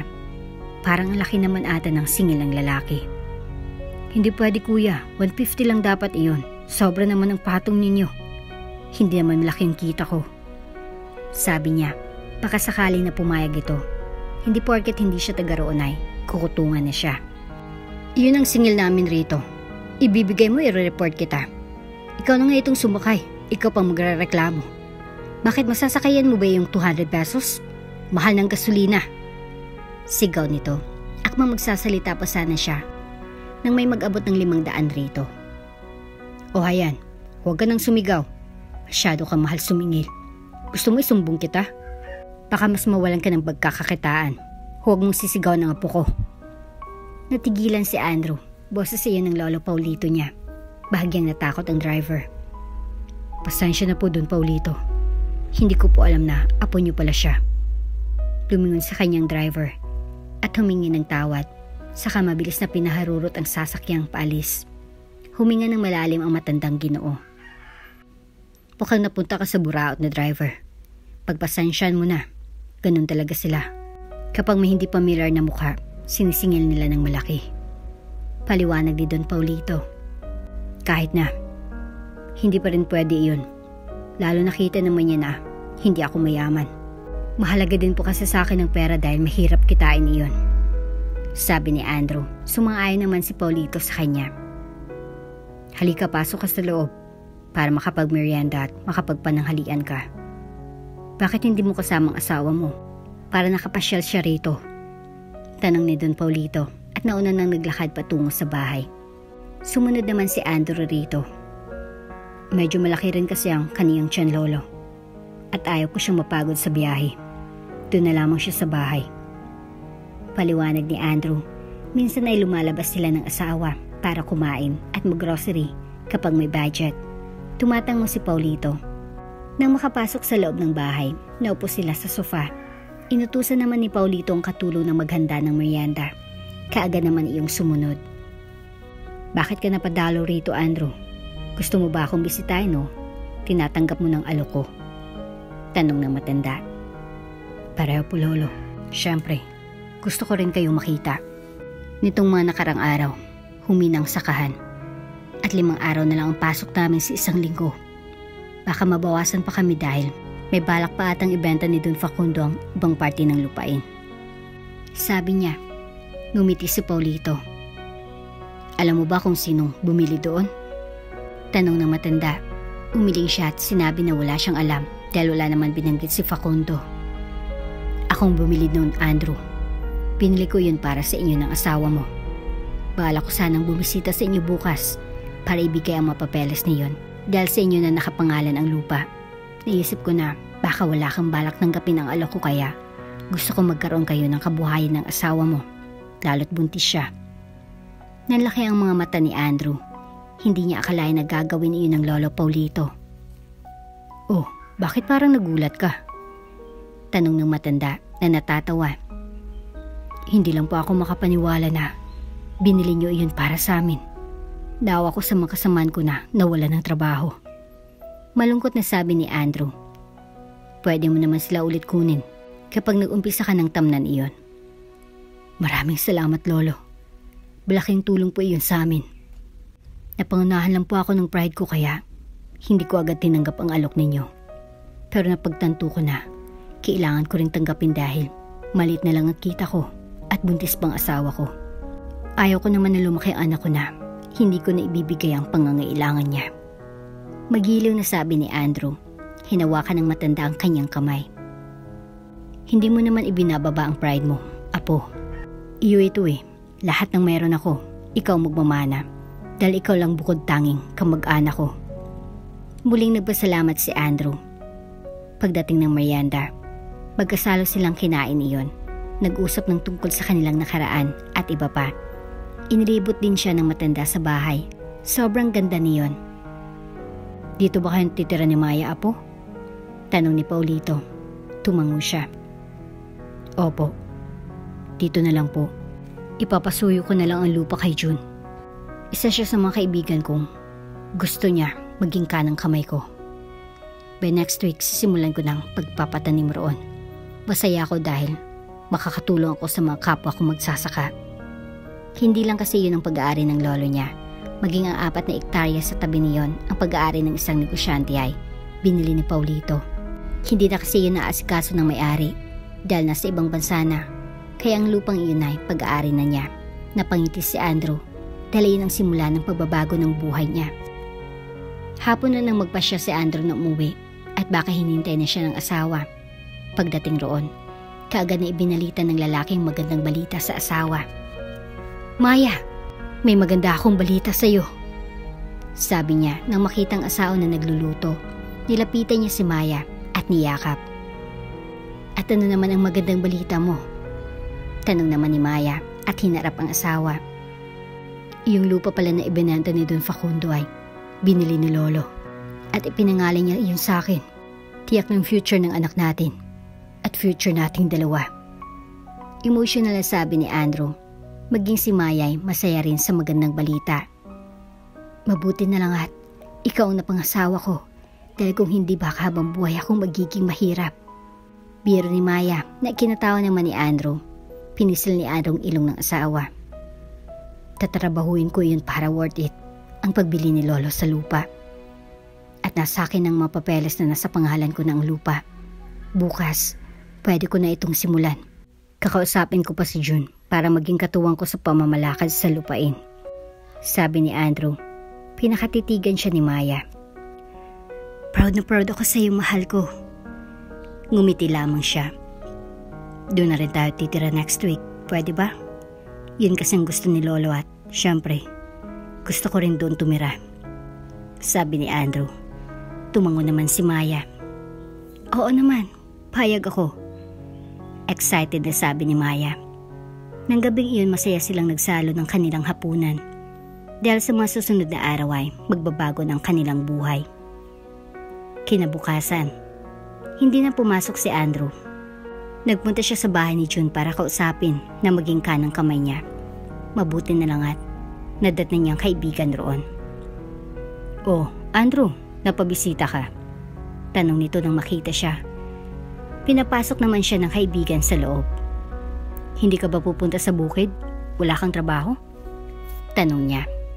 Napabuntong hiningang kaibigan. Walay. Tinanggal na ako ni Don Facundo. Namumroblema nga ako dahil wala akong trabaho ngayon. Baka mamaya mag-apply ako sa bayan. Nalulungkot na sabi ni June. Ngumiti siya. Hindi mo na kailangan mag-apply sa bayan, June. Ako mismo ibibigay ng trabaho sa iyo. Kilala mo ba si Don Paulito? Tanong ni Andrew. Hindi ko siya kilala, bro. Bakit? Sino ba iyon? Lolo ko siya, June. Mahabang kwento pero siyang ama ng aking amang si Nardo Andres.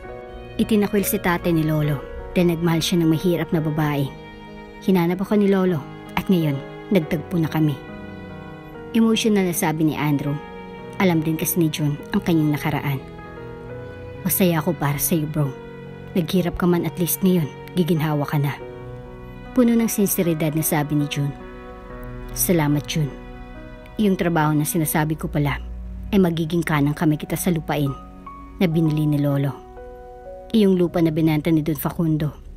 Regalo daw yun sana sa amin kung hindi kami papayag na tumira sa kanila para may lupang tataniman ako. Paliwanag ni Andrew. Si Lolo mo palang bumili niyon? Ang yaman. Si Don Paulito isa sa pinakamayaman na siyendero sa lalawigan. Pagbabalita ni June, hindi kasi siya mahilig sa balita lalo at wala naman silang TV at mas lalo sa mga dyaryo. Nasabi rin naman kasi iyon ng lolo niya kahapon na may iba pa itong lupa sa iba't ibang lupain. Kaya talagang mayaman si Don Paulito, kaya hindi siya masisisi kung bakit naging mapili ito sa magiging kasintahan ng kanyang ama. Oo nga eh, hindi ko nga akalain na lolo ko siya, na mayaman pala ang lolo ko. Aniya na natatawa. Ano ba ka na maging kanang kamay ko? Tanong niya. Malapad na napangiti si June. Oo naman, payag ako. Sino ba naman ako para tanggihan ng alok mo, di ba? Biyaya iyon. Natutuwang sabi ni June. Bukas magsisimula na tayo, kaya huwag ka na mag-apply. Kung ayaw mong ibigay ko iyon sa iba. Biro niya. Natawa na lamang si June at nagpasalamat dahil blessing ang lumapit rito. Wala iyon, June. Naging mabuti kang kaibigan, lalo na noong nagigipit ako nandyan ka para tulungan ako. Kaya ibabalik ko lang ang kabutihan mo. Emotional niyang sabi. Tumayo na si Andrew. Aalis na muna ako, bro. Pupunta ako sa mga dati nating kasamahan na nawalan ng trabaho para sa ganun. Sa akin na sila magtatrabaho. Sabi ni Andrew. Lumabas na siya ng bahay at iniisa-isa ng mga katrabaho niya nun. Ganun na lang ang tuwang naramdaman nila dahil sa magandang balita. Hulog ka ng langit, Andrew. Ilan na rin kaming walang trabaho dahil walang ma-applyan. Emotional na sabi ni Ben. Sumang-ayon naman ng iba. Ano ba kayo? Wala iyon. Ganyan talagang tulong-tulong tayo syempre. Paano ka nagkaroon ng ganun kalupa, Drew? Tanong ni Juan. Ngumiti siya. Lolo ko si Paulito Andres. Nung isang araw nagpunta siya sa bahay at sinabi niya siya ang lolo ko. May mga ebidensya talaga. Tapos niyaya niya akong tumira sa kanila pero pinag-isipan ko muna. Hindi ko alam na siya palang bumili ng lupang binenta ni Don Facundo. Kung sakali man daw na ayaw kong tumira doon, may lupa akong magiging kabuhayan naming mag-asawa lalo at buntis si Maya. Mahaba niyang pagkukwento. Grabe, ang swerte mo, Andrew. Instant millionaire ka na. Aba, sino pa bang magmamana ng kayamanan ni Paulito kundi ikaw na apo niya? Sabi naman ni Ben. Natawa naman siya. Nagkataon lang ano, magsisimula na tayo bukas? Tumango ang mga ito at nagpasalamat dahil naalala siya ng mga ito. Oo naman, syempre gusto kong makatulong sa inyo. Apo man ako ni Don Paulito. Hindi magbabago na mahirap pa rin ako dahil hindi ko naman pinaghirapan ng ipapamana sa akin ni Lolo. Kaya magsisikap ako. Tayo para sa ating pamilya. Palakpakan ng mga naroon. Kinabukasan din ay sinimulan na nina June at Andrew ang pagpapaganda sa lupa kasama ng 6 na tao na nakausap niya. Ang iba kasi ay may trabaho na. Pero kung gusto magtrabaho sa lupa ay walang problema. Nakatanaw naman sina Paulito at Maya sa mga trabahador. Napakaswerte ni Andrew sa iyo, Maya. Lagi mo siyang suportado sa lahat ng mga balak niya. Grabe kanya ipinagmalaki sa akin. Kaya nasa tamang panahon din ang paghanap ko sa kanya. Dahil kung maaga ko siyang nahanap baka hindi kayo nagkakilala. Sabi ni Paulito. Ako pong maswerte sa kanya, Lolo. Napakabuting asawa. Napakaresponsable. Ginagawa ang lahat para sa pamilya. Kaya hindi ako nagsisisi na pinakasalan ko siya dahil iba siya. Aanin kong kayamanan kong makapangasawa ko ng mayaman kung hindi naman payapang isip ko, di ba po ba? Tumango si Paulito. Tama ka dyan, Iha. Kaya bukas lilipat na kayo ng bahay. Sabi ng matanda. Tumango naman si Maya. Iyon ang new journey niya kasamang asawa. Makaraan na ilang oras. Natamnan na ang lupa. Nag-order na lang si Maya ng ulam sa karinderya. Hindi kasi siya pinagluto ni Don Paulito para hindi na siya mahirapan. Pagkapasok pa lang niya, nakangiti nang nakatingin sa kanyang dalawa. Niyaka siya ng mga ito. Hala, kamusta ka na? Isang buwan ka namin hindi nakita ha? Wika ni Anjanette. Oo nga eh, hindi ka malang bumibisita rito. Ang daming chismis kaming nasasagap no. Sa adaman ni Minerva, natawa naman siya saka ipinakita ang tiyan na medyo malaki na. Buntis ang ate niyo. Alam niyo naman asawa ko, overprotective. Sabi niya at may pakindat pa. Nagtawanan ng mga ito. Swerte mo naman kay Kuya Andrew. Iba ka talaga pumili, lalo at mayaman siya. Hasyendero pa, saan ka pa? Saan makahanap din ako yung mahirap pero hindi mo aasahan mayaman pala. Nangangarap na sabi ni Anjanette. Ngumiti lamang siya. Hindi ko nga yun ina-expect pero syempre magsisikap pa rin ang asawa ko para sa amin. Sabi ni Maya. Nag-order na siya ng ulam dahil nakapagluto na siya ng kanin. Nang matapos ay inilagay na iyon sa basket na dala niya. Bukas doon na kami sa bahay ni Lolo Paulito, titira. Iyon kasi ang gusto ng matanda at gusto rin ng asawa ko. Paalam niya. E di iwan mo na kami rito? Nakasimangot na sabi ni Minerva. Syempre hindi no. Bakit ko naman gagawin yun eh? Mahal na mahal ko kayo. Bibisita pa rin ako at lalabas para kumain. Na-excite naman ang mga ito. Alam mo ba na deserve mo mga bagay na nakakamit mo ngayon? Napakabuti mo kasi at mapagmahal na asawa. Hindi ka rin materialistiko. Kaya ibinigay sa iyo ng swerte. Puno ng sinseridad na sabi naman ni Anjanette. Nagpasalamat siya sa mga ito at nagpaalam na. Pagka-uwi ay nasa labas na ng bahay ang mga trabahador. May malaking puno doon na pwedeng pagsilungan. May mahabang mesa at monoblock chair. Ipinatong niya sa mesa iyon. Akmang bubuksan niya iyon at ihanda. Pinigilan siya ni Andrew. Mahal ako na rito. Mupo ka na lang. Hayaan mo ako. Gusto ko ako lang pinagsisilbihan mo. Huwag tong mga mokong na to. Biro naman ang kanyang kabiyak. Natawa naman ang mga ito. Maging si Paulito ay natawa rin. Tulong-tulong na silang naghanda ng pagkain. Makikita ang saya sa mukha nila habang nasa harap ng pagkain. Kinaumagahan, nakahanda ng mga gamit ni Maya at Andrew. May darating na sasakyan na maghahakot ng kanilang gamit. Gagawin na lang tambayan o kainan ang bahay. Nagtulong-tulong ang mga kalalakihan para may ilabas ang mga gamit. Ilang sandali lang lumipas ay may dumating ng mini truck. Huminto iyon sa tapat ng bahay ni Maya. Nagtulong-tulong naman ang lahat para mailagay iyon sa truck. Naku, mamimiss ka namin Andrew at Maya. Hindi na namin kayo makikita araw-araw. Emotional na sabi ng isa sa asawa ng magsasaka. Bibisita kami rito twice a month. Mamimiss din namin kayo. Emotional na sabi rin ni Maya at niyakap ang ginang. Maging sina Anjanette at Minerva naroon para formal na makapagpaalam sa kaibigan. Basta bibisitahin mo kami ha? Takasimangot naman na sabi ni Minerva. Natawa naman ng mahina si Maya. Oo naman, makakalimutan ko ba kayo? Siyempre hindi. Sabi niya. Nang makasakay ng mga gamit, nagpaalam na sila. Si Fernan ang sumundo sa kanila. Nagpaiwan ng matanda.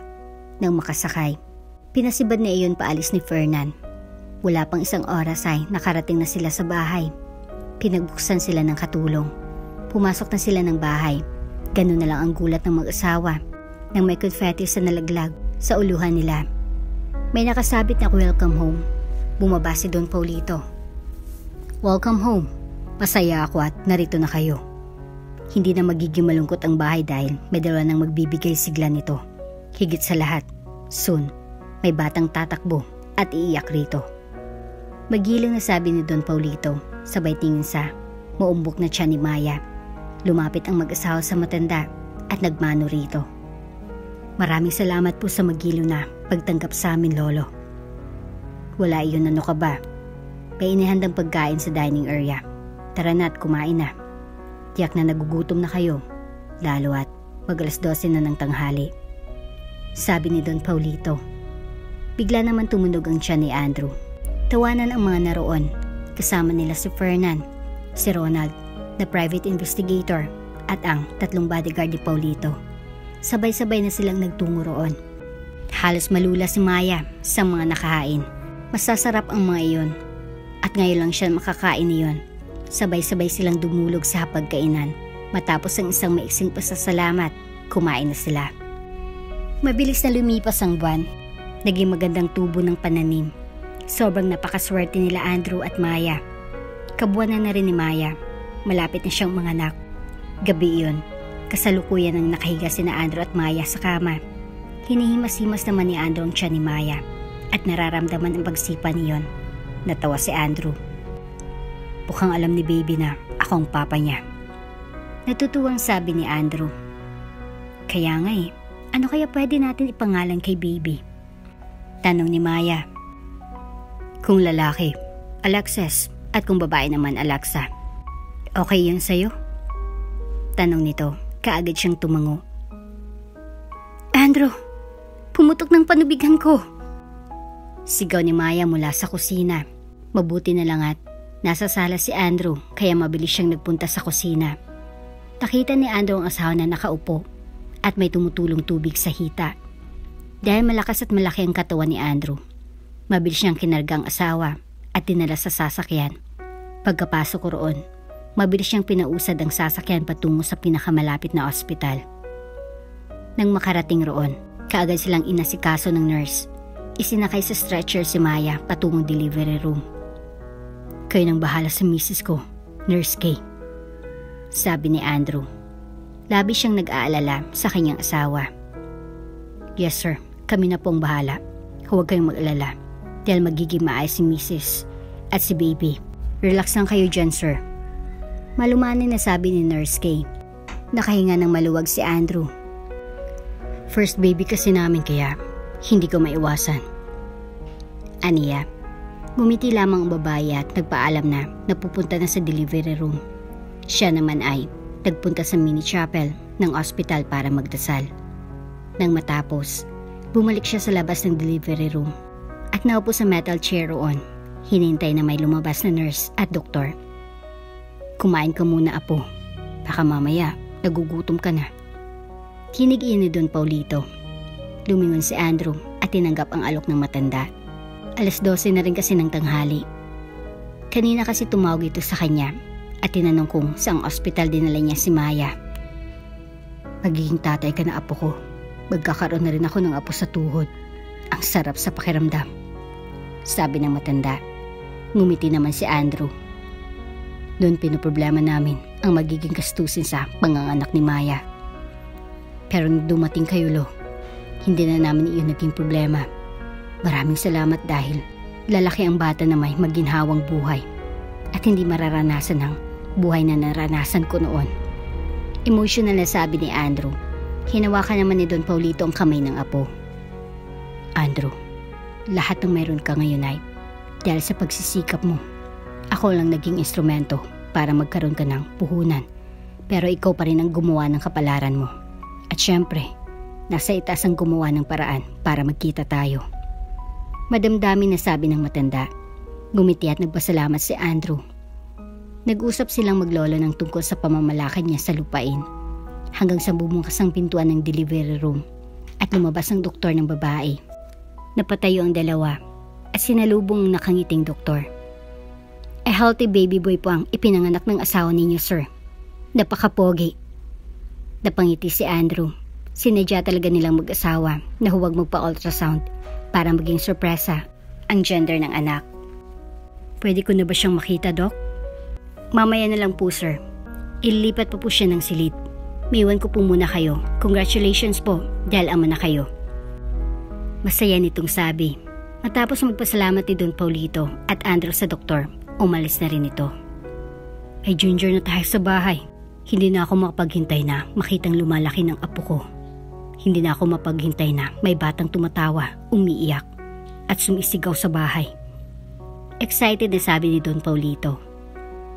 Ako din po, Lolo. Excited na akong makitang lumalaking anak ko. Excited na akong maging tatay. Bakas ang saya sa mukha ni Andrew.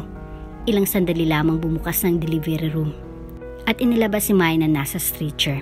Dinala nila si Maya sa isang pribadong silid. Sumunod na lamang si Andrew at Don Paulito.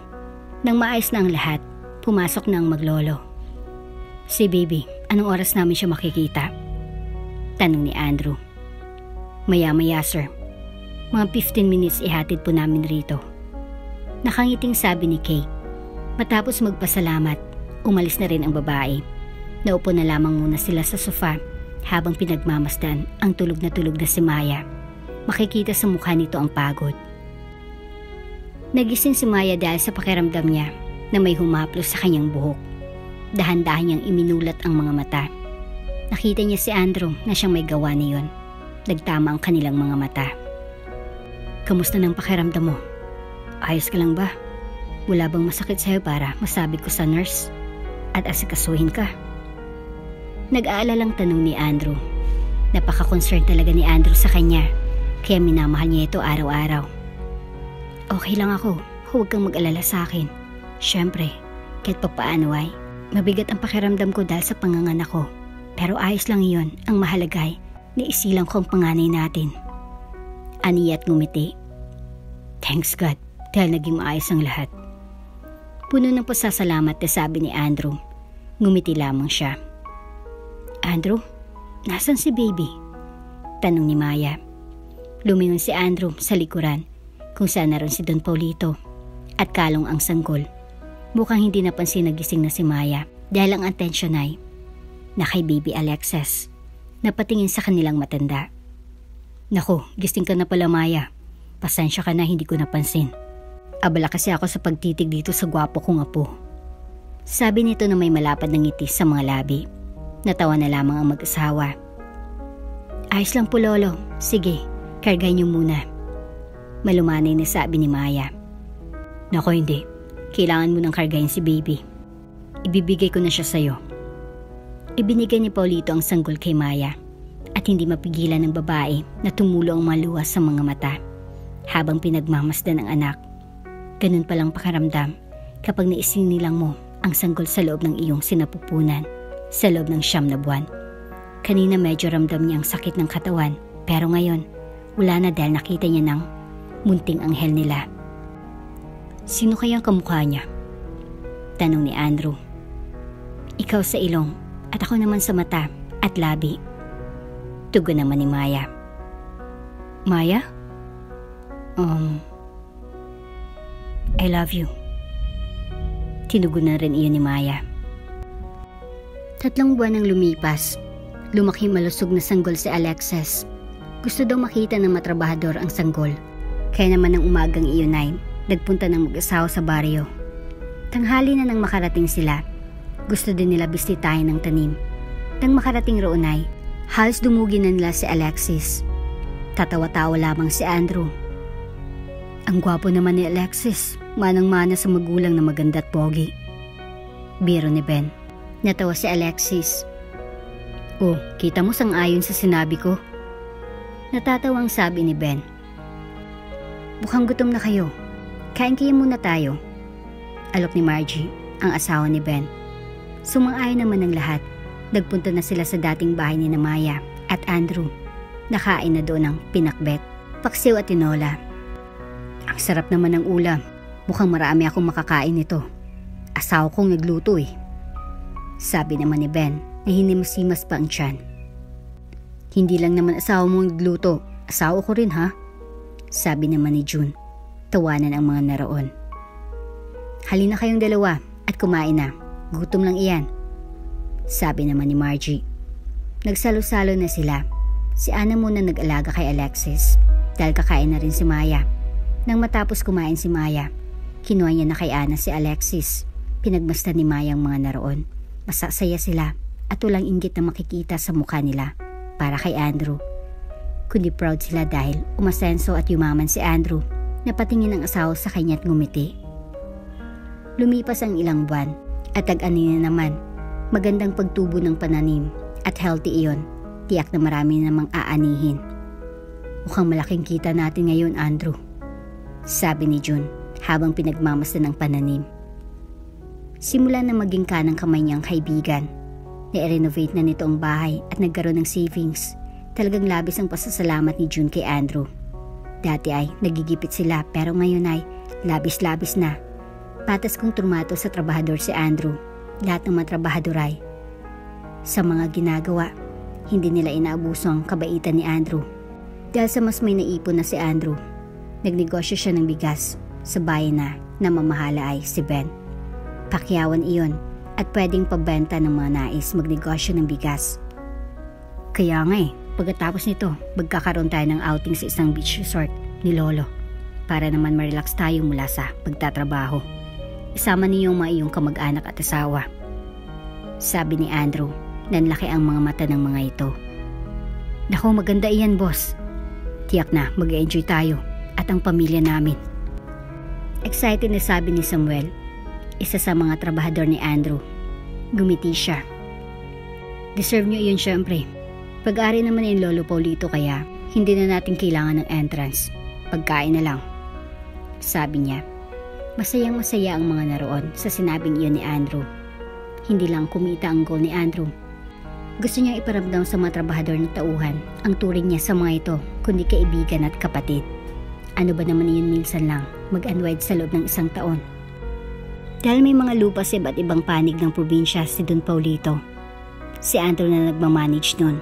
Kaya ang ginawa ni Andrew, kumuha siya ng mga taong magbubungkal niyon para gumanda ang lupa. Kaya yung mga karatig baryo na ang inatasan niya. Naku, malaking tulong po ito sa amin, Sir Andrew. Ang hirap din po kasi ng kita dahil madalang lang magkaroon ng trabaho. Sabi ng isang trabahador. Wala iyan, kuya.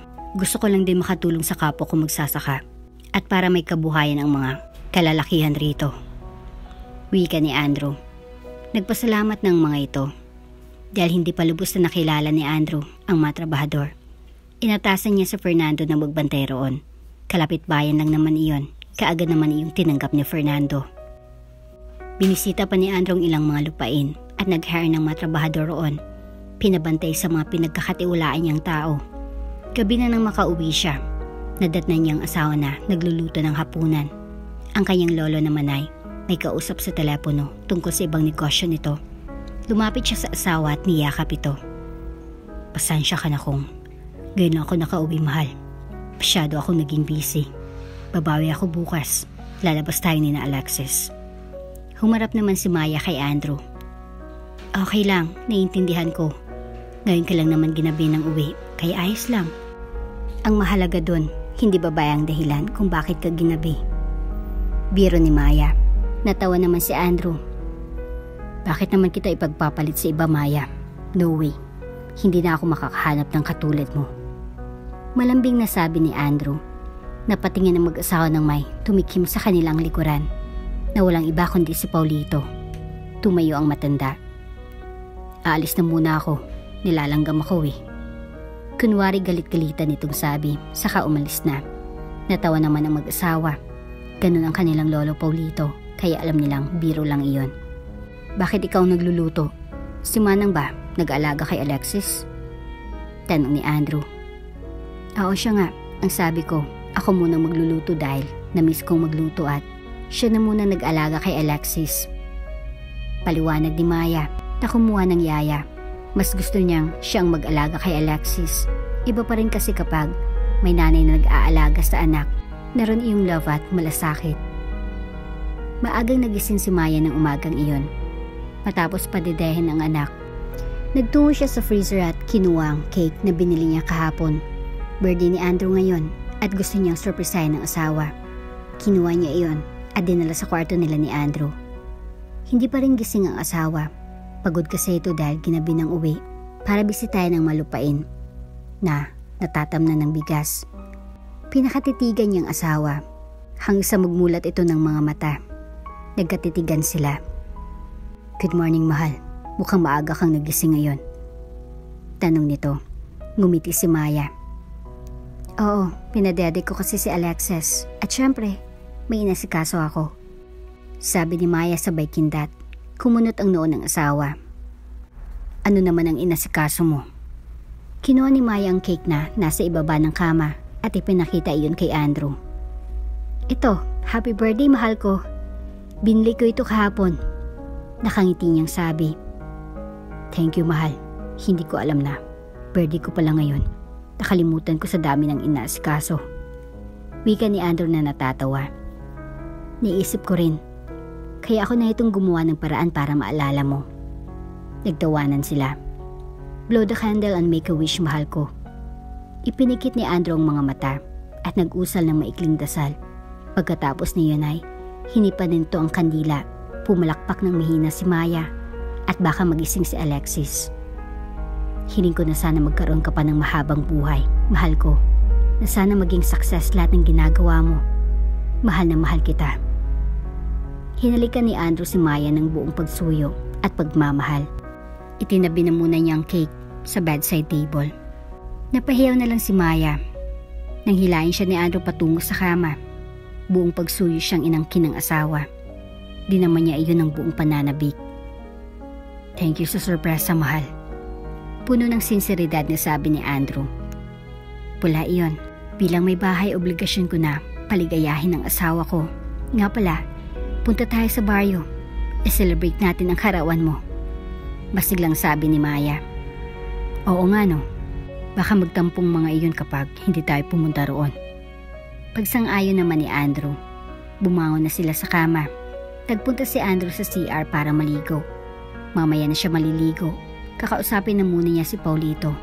Ukol sa sorpresa nila kay Andrew. Lumabas siya ng silid at nagtungo sa mini office ng matanda. Kumatok siya sa pinto at pinuksan iyon. Oh, Maya, good morning. Nandito ka ba para sa sorpresa natin kay Andrew? Tanong ni Paulito na may ngisi sa mga labi. Tumango siya. Nakaredy na po ba sila? Tanong niya. Tumango ang matanda. Oo, tumawag na ako kanina doon at ayos ng lahat. Muna na akong pumunta roon para hindi halata. Basta sabihin mo na dadaan kayo sa resort. Dahil naroon ako para sunduin. May kinatagpo na negosyante. Payo ng matanda. Tumango naman si Maya. Nagpaalam na siya kay Paulito na aalis na at baka hanapin siya ni Andrew. Nang makarating sa silid, nakabihis na si Andrew. Niyaya na siya nitong kumain. Andrew, dadaanan daw natin si Lolo sa resort. Umalis daw kasi si Fernan kaya walang maghatid sa kanya. Dahilan ni Maya. Nasa resort siya? Ano meron doon? Tanong ni Andrew. May kinatagpo siyang negosyante. Iyon naman ang sabi niya sa akin kanina. Pagdadahilan ulit ni Maya. Tumango si Andrew at tinahak na ang daan patungo sa resort. Kasama nilang kasambahay na siyang nag-aalaga kay Alexis. Ilang minutong lumipas, huminto na si Andrew sa tapat ng resort na pag-aari ni Paulito. Lumabas ang lalaki at pinagbuksan ng asawa ng pintuan. Nagtungo na sila sa loob at napunta sa isang beach house na malapit sa dagat. Kunwari kinuha ni Mayang sanggol sa katulong. Ikaw nung kumatok, Andrew. Nandiyan si Lolo sa loob. Pakiusap ni Maya. Lumapit si Andrew sa pintuan at kumatok roon. Ilang sandali lamang ay bumukas iyon. Niyaya na ni Maya ang katulong na pumasok. Pumasok na sila sa loob. Bakit ang dilim naman? May tao ba rito? Sigaw ni Andrew. Ilang sandali lamang ay bumukas ang ilaw at narinig na nila Maya at Andrew ang malakas na pagbati ng maligayang kaarawan. Naroon ang lahat. Kumpleto sila. Napangiti na lamang si Maya. Dahil base sa nakikita niyang ekspresyon sa mukha ni Andrew, halatang masaya ito. Napaaw ang labi ni Andrew nang makita ang nasa kanyang harapan. Mga nasa 30 katao pataas iyon. Hindi niya akalain na may sorpresa pala sa kanyang mga trabahador. Naroon rin ang kanyang lolo na may malapad na ngisi sa mga labi. Tumingin si Andrew sa asawa at nakitang nakangiti ito. Alam na niya, talagang pinaghandaan ng mga ito ang sorpresang iyon. Lumapit si Paulito sa kanya. Nagustuhan mo bang sorpresa namin na po? Tanong ng matanda. Sobrang nagustuhan ko po. Maraming salamat sa inyo. Itong mga nakarang araw ay naging abala ko to the point na nakalimutan ko ng kaarawan ko. Kaya salamat dahil pinaghanda niyo ako. Emotional na sabi ni Andrew. Nilapitan niyang asawa sa kainakbayan. Lumapit si June at Ben na may 2 cake. Make a wish muna bago mo i-blow ang candle, boss. Don't worry, ngayon ka lang namin tatawagin na boss dahil boss ka ngayon. Biro ni June. Nagtawanan ang mga naroon. Pumikit si Andrew. Hiling ko na mas lalo pang maging maganda, maayos at matagumpay tayo sa mga ginagawa natin para sa pamilya at mas marami pa tayong matulungan. Palakpakan ng mga naroon nang matapos sipan ni Andrew ang kandila. Namanga si Andrew sa dami ng handa na nakahain sa mesa. Nagtulong-tulong kami para mabigyan ka namin ng hindi man ingrande pero masayang birthday. Nagustuhan mo ba, Boss Andrew? Tanong ni June. Gustong-gusto nang sabihin ni Andrew na huwag siya nitong tawagin na boss, pero dahil birthday naman daw niya ay hinayaan na lamang niya. Sobrang masaya ako ngayon. Maraming salamat sa inyo. Tara, kainan na. Anyaya niya. Kinantahan muna siya ng birthday song bago sila sabay-sabay na kumain. May nakatalaga pa talagang mesa para sa kanilang mag-asawa. Sa Alexis ay inaalagaan muna ng katulong. Isang malapad na ngiti ang gumuhit sa labi ni Andrew habang pinagmamasdan ang mga kasama na masayang nagkukwentuhan at nagtatawanan. Gusto mo bang makibanding sa kanila? Tanong ni Maya. Okay lang ba? Tanong naman ni Andrew. Tumango siya. Walang sinayang na sandali si Andrew, kaagad siyang nagpunta sa umpukan ng mga trabahador at nakipagkwentuhan. Si Maya naman ay nagpunta sa umpukan ng mga kababaihan para makipagkwentuhan. Dalian mo, may gagawin pa tayo. Sigaw ni Alexis sa kapatid na si Alexandra. Napairap na naglakad ang 15 taong gulang na babae patungo sa kapatid na nakasakay sa kotse. Sumakay na si Alexandra pagkarating roon. Kaagad naman iyon pinasibad ni Alexis pauwi ng bahay. Ano bang gagawin natin, kuya? Tanong ni Alexandra. Magluluto tayo syempre. Tutulungan naman tayo ni Manang Vicky sa pag-aasikaso. Mabuti na lang at maagang uwi natin ngayon. May time pa sila para ihanda ang sorpresa. Nagpunta ang kanilang magulang sa negosyo na iniwan ng kanilang lolo Paulito. Mamaya nga ay kakain sila sa labas para sa selebrasyon ng kanilang magulang para sa anibersaryo ng mga ito. Namatay na ang kanilang lolo Paulito. Dahil sa komplikasyon sa sakit sa puso, matagal na palang iniinda nito. Ilang minutong lumipas, nakarating na sila ng mansyon. Nang maipark na iyon ni Alexis, lumabas na sila ng sasakyan at pumasok sa loob ng bahay. Dumiretso sila sa kusina kung saan naghiwa ng gulay si Manang Vicky. Salamat Manang sa pagtulong sa amin sa pag-aasikaso sa sorpresa namin ito. Puno ng sinseridad na sabi ni Alexis. Ano ka ba? Wala iyon, Alex. Gusto ko rin mapasaya sila Maya at Andrew. Nakangiting sabi ng ginang. Kayo muna po dyan, Manang, at pupunta lang kami sa itaas para asikasuhin po yung banner. Paalam ni Alexis. Sumang-ayon naman ang ginang at sinabi na tatawagan na lamang ang dalawa kapag tapos na ito sa ginagawa. Nagmamadaling umakyat ang dalawa dahil mahirap na at madatnan sila ng kanilang ina. Nagtulong si Alexis at Alexandra sa pag-aayos ng banner. Nang matapos dinala nila iyon sa ibaba, sa may salas, at isinabit. Inilagay na rin nila sa di kalakihang mesa ang cake.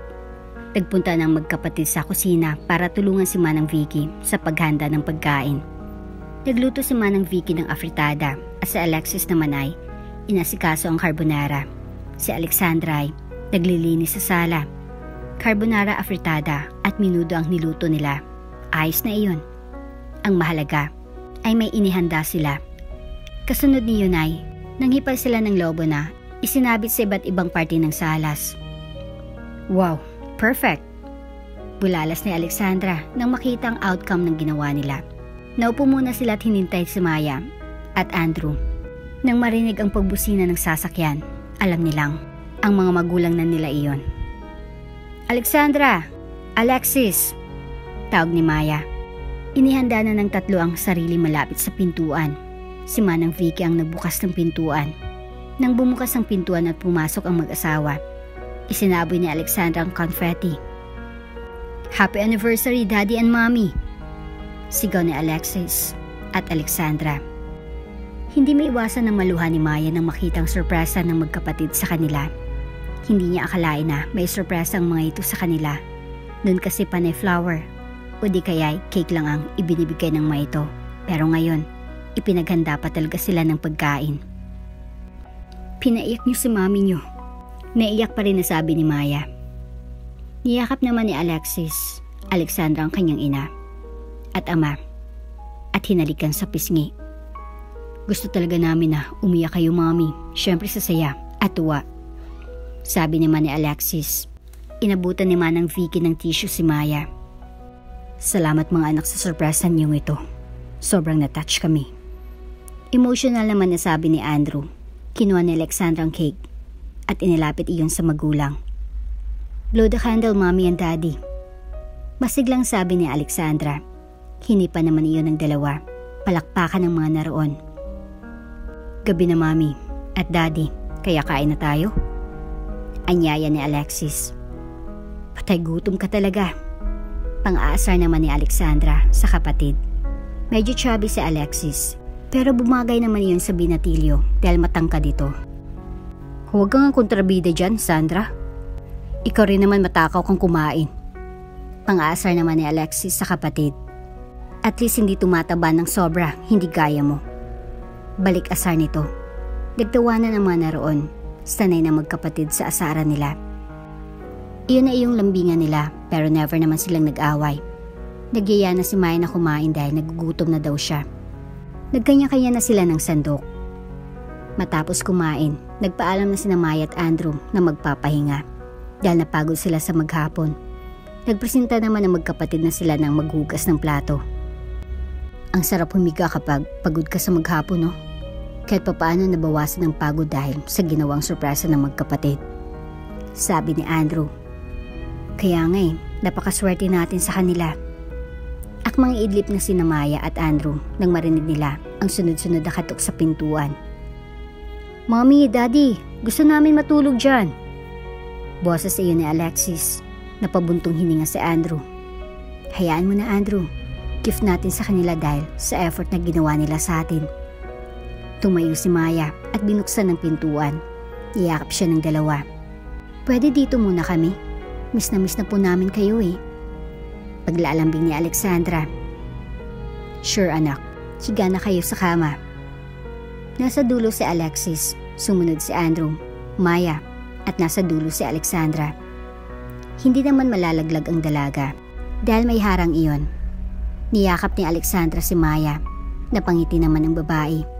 Actually, may sasabihin sana si Maya kay Andrew pero ayos na rin na malaman iyon ng kanilang anak. Diba Alexandra, matagal mo nang hiningi na magkaroon ng bunsong kapatid? Tanong ni Maya sa dalagita. Yes, Mommy. Bakit buntis ka po ba? Ngumiti ng malapad si Maya. Yes, buntis ako. May bunso na kayong kapatid. Bulalas ni Maya. Maging si Andrew at Alexis ay napatayo pero makikita sa mukha nila ang saya. Niyakap siya ng magkapatid at nagpasalamat dahil may bunso na silang kapatid. Sana babae para may kakampi ako kapag binubuli ako ni Kuya. Pagmamaktol ni Alexandra. Natawa na lamang si Alexis. Kahit naman binubuli kita, love kita. Nagkatinginan sina Maya at Andrew at napangiti. Tiyak na may spoil ang bunso nilang kapatid dahil sa dalawa. At dito na nga po nagtatapos ang ating kwento. Hanggang sa muli. Kung bago ka pa lang sa channel Leto, ibang kwento ni Ate Jane, istorya mo, ikwento ko. Huwag kalimutang pindutin ang notification bell at subscribe button.